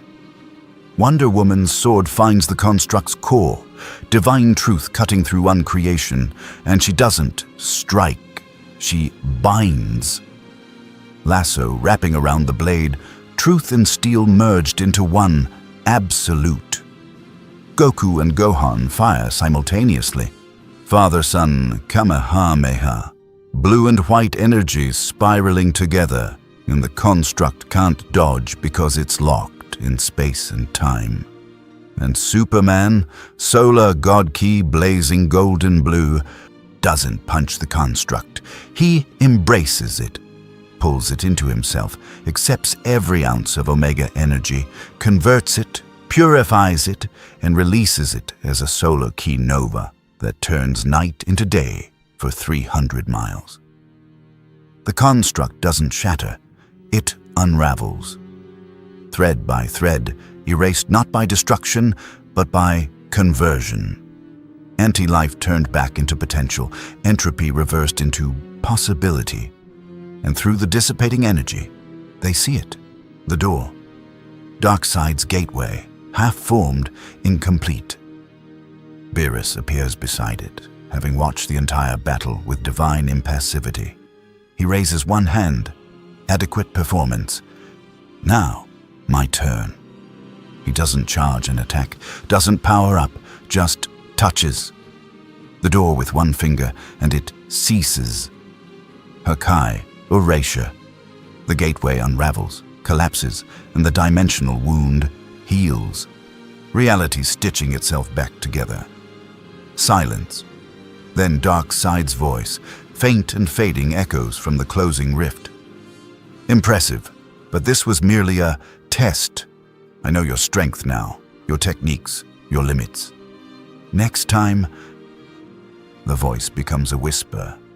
I will come prepared. The rift closes. The sky returns to normal, and the assembled warriors stand in the crater, exhausted, victorious, and aware that this was just the beginning. The silence after battle is always strange. No explosions, no energy clashes, no screaming, just the sound of breathing and the quiet settling of dust. The industrial wasteland is gone, replaced by a crater half a mile wide, glass smooth where divine energy scorched the earth into something new. Superman floats down slowly, solar god key dimming to a soft glow before fading entirely. His cape is torn, his suit scuffed, but his eyes are clear, focused. He's fought Doomsday, Darkseid, gods and monsters, but this felt different. This felt like fighting alongside equals, not as the strongest, but as one of the strong. Goku lands beside him, powering down from Super Saiyan Blue and extends a fist. Superman stares at it for a moment, then grins and bumps it. The gesture is simple, universal, and it says everything that needs saying. We did it. Together. Vegeta drops from the sky, arms crossed, scowl firmly in place. Tch, sloppy. We should have ended it in half the time. But there's no real venom in his voice, and when Batman limps over, suppression field exhausted, body screaming from maintaining it for 20 straight minutes. Vegeta actually nods at him. You didn't die. Impressive for a human. Batman's cowl is cracked, his cape shredded, but his voice is steady. High praise from you. Vegeta snorts. Don't let it go to your head. You're still mostly useless. But he doesn't walk away, and that counts for something. Wonder Woman sheathes her sword, the blade still humming with residual divine ki. Her eyes find Piccolo, who's regenerating the holes in his torso with green light and grim determination. You held. Against impossible odds, you held. Piccolo grunts, closing the last wound. Pain is temporary. Failure is permanent. I chose accordingly. She smiles, warrior to warrior. In my world, we call that heroism. Here, Piccolo replies, we call it Tuesday. Flash vibrates to a stop beside them, slightly out of phase, exhausted from holding the temporal distortion. Okay.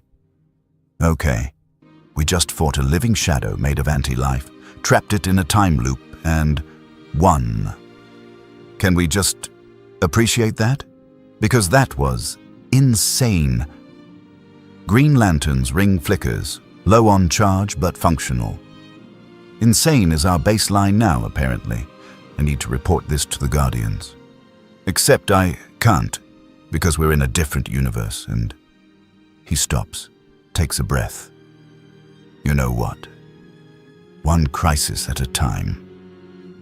Gohan adjusts his glasses, smiling despite exhaustion. You all did amazing, really. I've fought in tournaments against destroyers, and that was teamwork. Real teamwork. Goku grins at his son. See, I told you these guys were strong. Bulma's voice crackles through everyone's comms, sharp and relieved.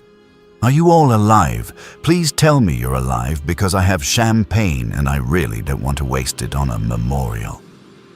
Superman taps his comm. We're alive. The threat's neutralized. For now. Whis appears in a shimmer of light, staff glowing faintly, and his expression is, for once, genuinely impressed. Well done, all of you. That was a textbook example of adaptive strategy meeting overwhelming force. Lord Beerus is particularly pleased. Beerus himself appears, hands in his pockets, looking more awake than usual. I wouldn't say pleased. More, not disappointed. You didn't destroy my universe. The food supply remains intact, and I got to erase something annoying. Acceptable outcome. He looks at Superman. You, Kryptonian, you've stopped being boring. Continue that trend. Superman nods, taking it as the compliment it is. I'll do my best, Lord Beerus. The god of destruction yawns. Good. Now, someone bring me food. Fighting adjacent battles makes me hungry. He vanishes in a pop of displaced air. Whis chuckles. He likes you all, truly. He just expresses it through increasingly creative threats. The staff glows and a portal opens. Back to Capsule Corp. Shall we? I believe celebration is in order. The celebration is chaotic, warm, and exactly what everyone needs. Bulma's penthouse is filled with Z-fighters and Justice League alike. Barriers between universes dissolving over food and exhausted laughter. Krillin pours drinks with the skill of someone who survived too many world-ending threats to count. So let me get this straight. Batman learned ki suppression in 6 days. That took me years. Batman accepts a glass of water, not alcohol, never alcohol on a mission. I had excellent motivation. Survival tends to accelerate learning. Yamcha laughs from across the room. Man, I like this guy. He's got Vegeta's attitude, but like, polite about it. Vegeta, overhearing, scowls. I'm not impolite. I'm efficient. There's a difference. Sure there is, honey, Bulma says, kissing his cheek. Vegeta's scowl softens, barely, but it's there. Tien approaches Wonder Woman, who's examining the reforged sword with quiet reverence. That blade. It held divine ki and earthly steel together. I've never seen anything like it. Diana looks up. In my world, this sword was forged by Hephaestus. Here, it was reborn through Bulma's science and Piccolo's energy. It's not the same weapon anymore. It's more. Tien nods slowly. Growth through collaboration. That's the core of martial arts. You understand that instinctively. I was taught that, Diana corrects gently, by warriors who believed strength without wisdom is just violence. Your Goku embodies that truth. Across the room, Flash and Goku are engaged in what can only be described as a speed-eating contest, both of them tearing through Bulma's buffet at velocities that make the food appear to vanish. Chi-Chi watches with exasperated affection. At least he's eating with friends this time instead of enemies. Gohan laughs. Mom, Dad doesn't have enemies. Just rivals. He hasn't befriended yet. Superman stands on the balcony, looking out over the city.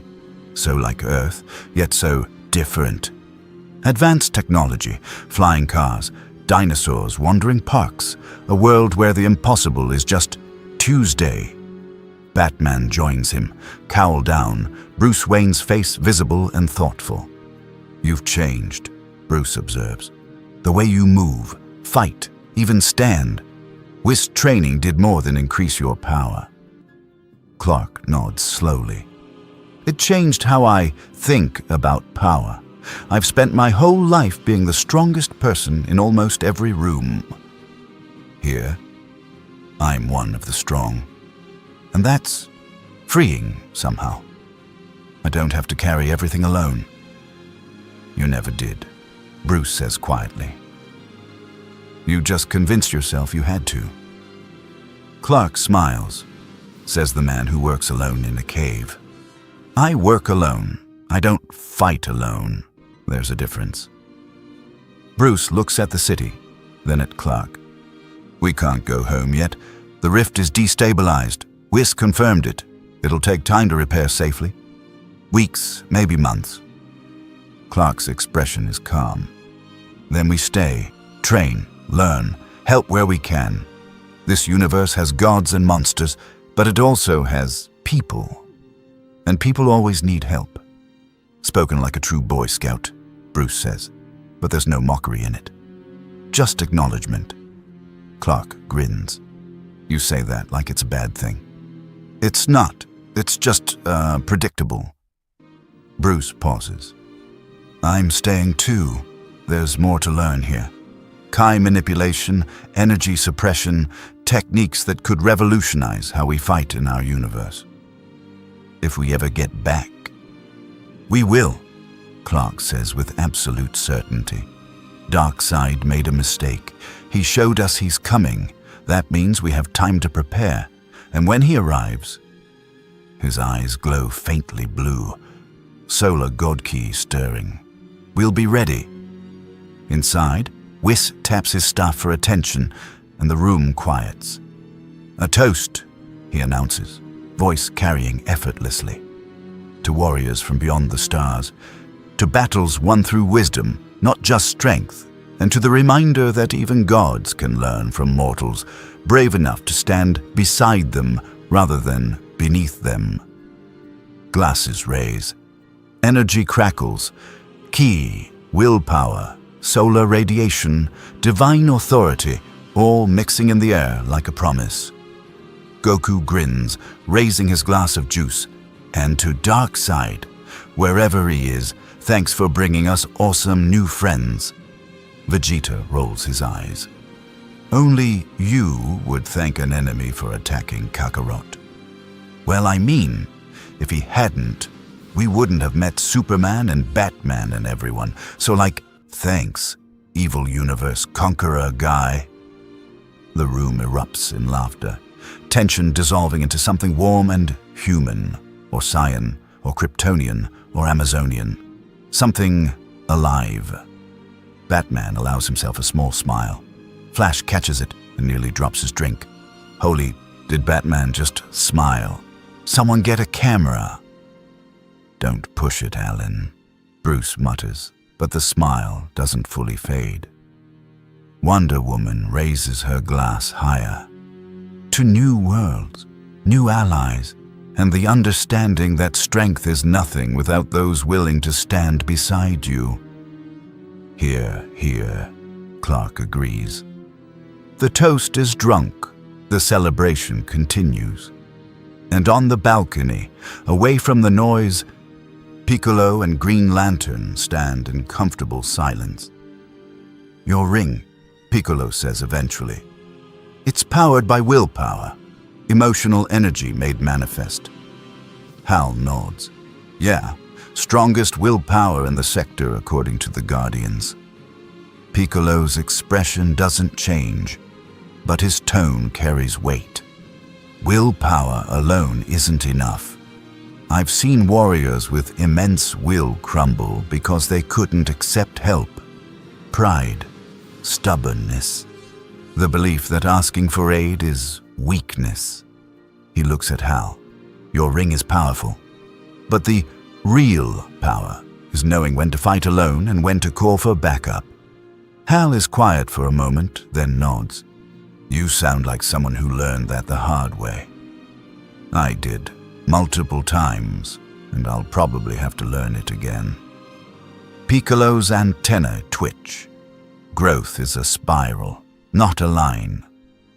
We revisit the same lessons at higher levels until we truly understand them. Hal extends his ring hand. To learning the hard way, then. Piccolo clasps it, and green light flickers between them. Willpower and ki, different languages for the same truth. To surviving it, Piccolo agrees. Later, as the celebration winds down and people drift towards sleep, Batman returns to Bulma's lab. The Dragon Balls rest in their containment field. Dormant now, the crimson veins faded but not gone. Scars remain. Whis appears beside him, silent as thought. You're worried? Always, Batman replies.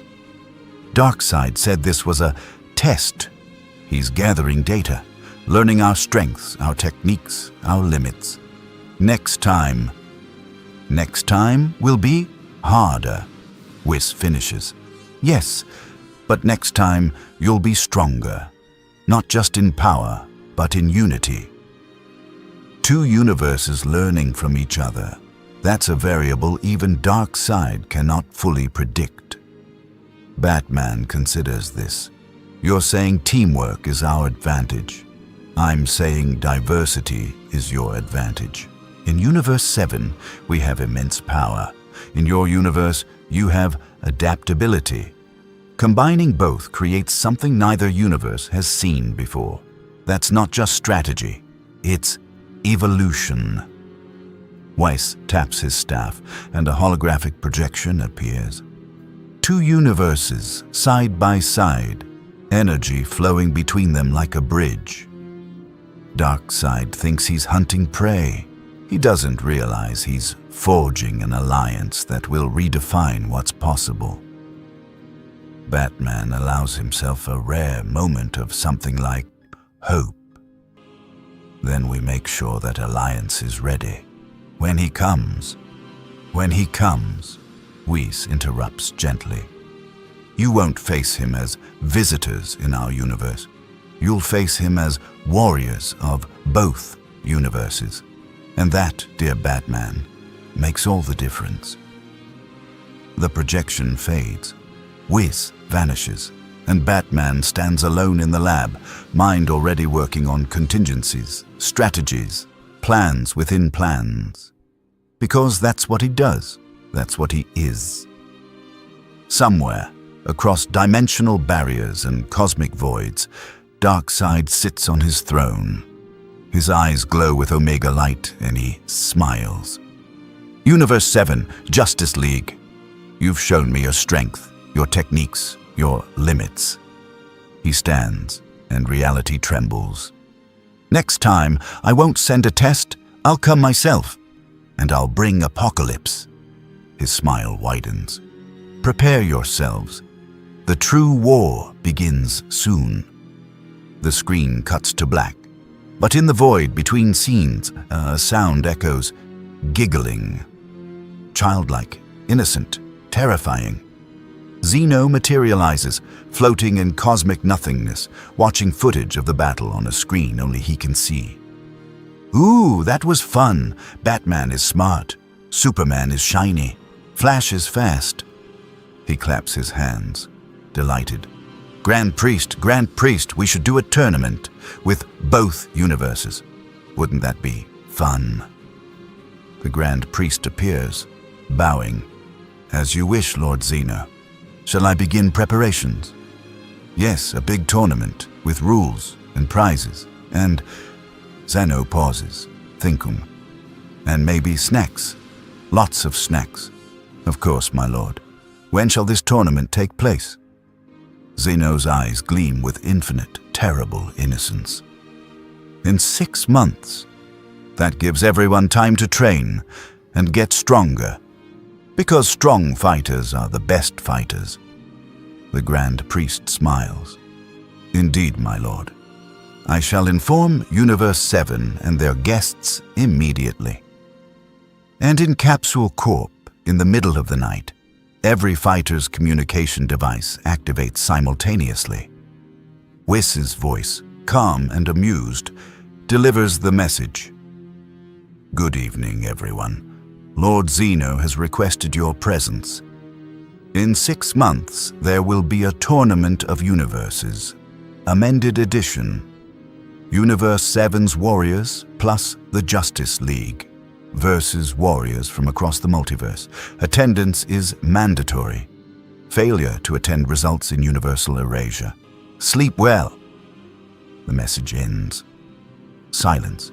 Then, from Goku's house, a shout of pure, unfiltered joy. A tournament with Superman and Batman and everyone. This is the best day ever. And from Vegeta's room, a muttered curse.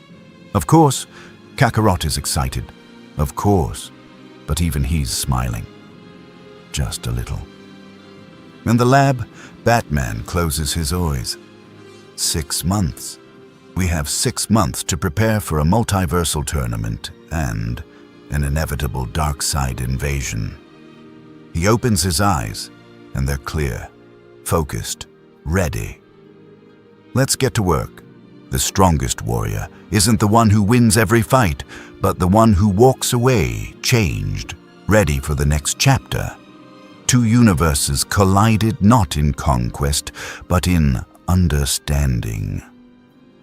The Justice League arrived as refugees, fleeing Darkseid's wrath, and found themselves in a realm where gods train mortals, where pride fuels transformation, and where even the act of destruction serves a cosmic purpose.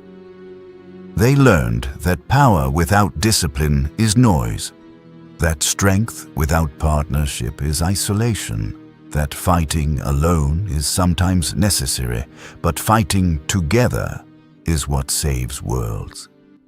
Superman discovered he was never meant to be a battery, just a conduit for something infinite. Batman proved that a human without powers could still stand beside gods, not through strength, but through relentless will. Wonder Woman found warriors who understood that honor isn't weakness, it's the foundation of true power. Flash learned that speed means nothing if you can't see the moment you're racing toward. Green Lantern realized willpower and Kai are just different words for the same truth. Belief made real. In Universe 7's warriors, they learned something equally vital. That strategy isn't cowardice, it's wisdom. That thinking 3 steps ahead doesn't diminish the purity of combat. It elevates it. That even Vegeta's pride and Goku's joy are stronger when tempered by Batman's planning and Superman's restraint. Darkseid will return. The wound he carved into reality may have closed, but the scar remains. He's tasted this universe now, measured its strength, catalogued its defenders, and when he comes again, he'll bring the full weight of apocalypse, armies that kneel to anti-life, technologies that erase hope, and the absolute certainty that he is inevitable. But he's made a critical error. He's given them time. 6 months until Xenos tournament. 6 months to train, adapt, and forge an alliance that transcends dimensional boundaries. 6 months for 2 universes to become one force capable of standing against the darkness. Batman is already planning contingencies within contingencies, strategies that account for variables that don't exist yet. Superman trains daily with Whis, pushing Solar God Ki to heights he never imagined possible. Wonder Woman spars with Vegeta, each session a brutal education in what it means to fight without hesitation. Flash studies instant transmission with Goku, learning to bend space-time in ways the Speed Force never taught him. Green Lantern meditates with Piccolo, willpower and discipline merging into something transcendent. And in the shadows, in the quiet moments between training sessions, Bruce Wayne sits with Vegeta on Capsule Corp's roof and asks the question that's haunted him since arrival. What if we can't go home? What if the rift is permanent?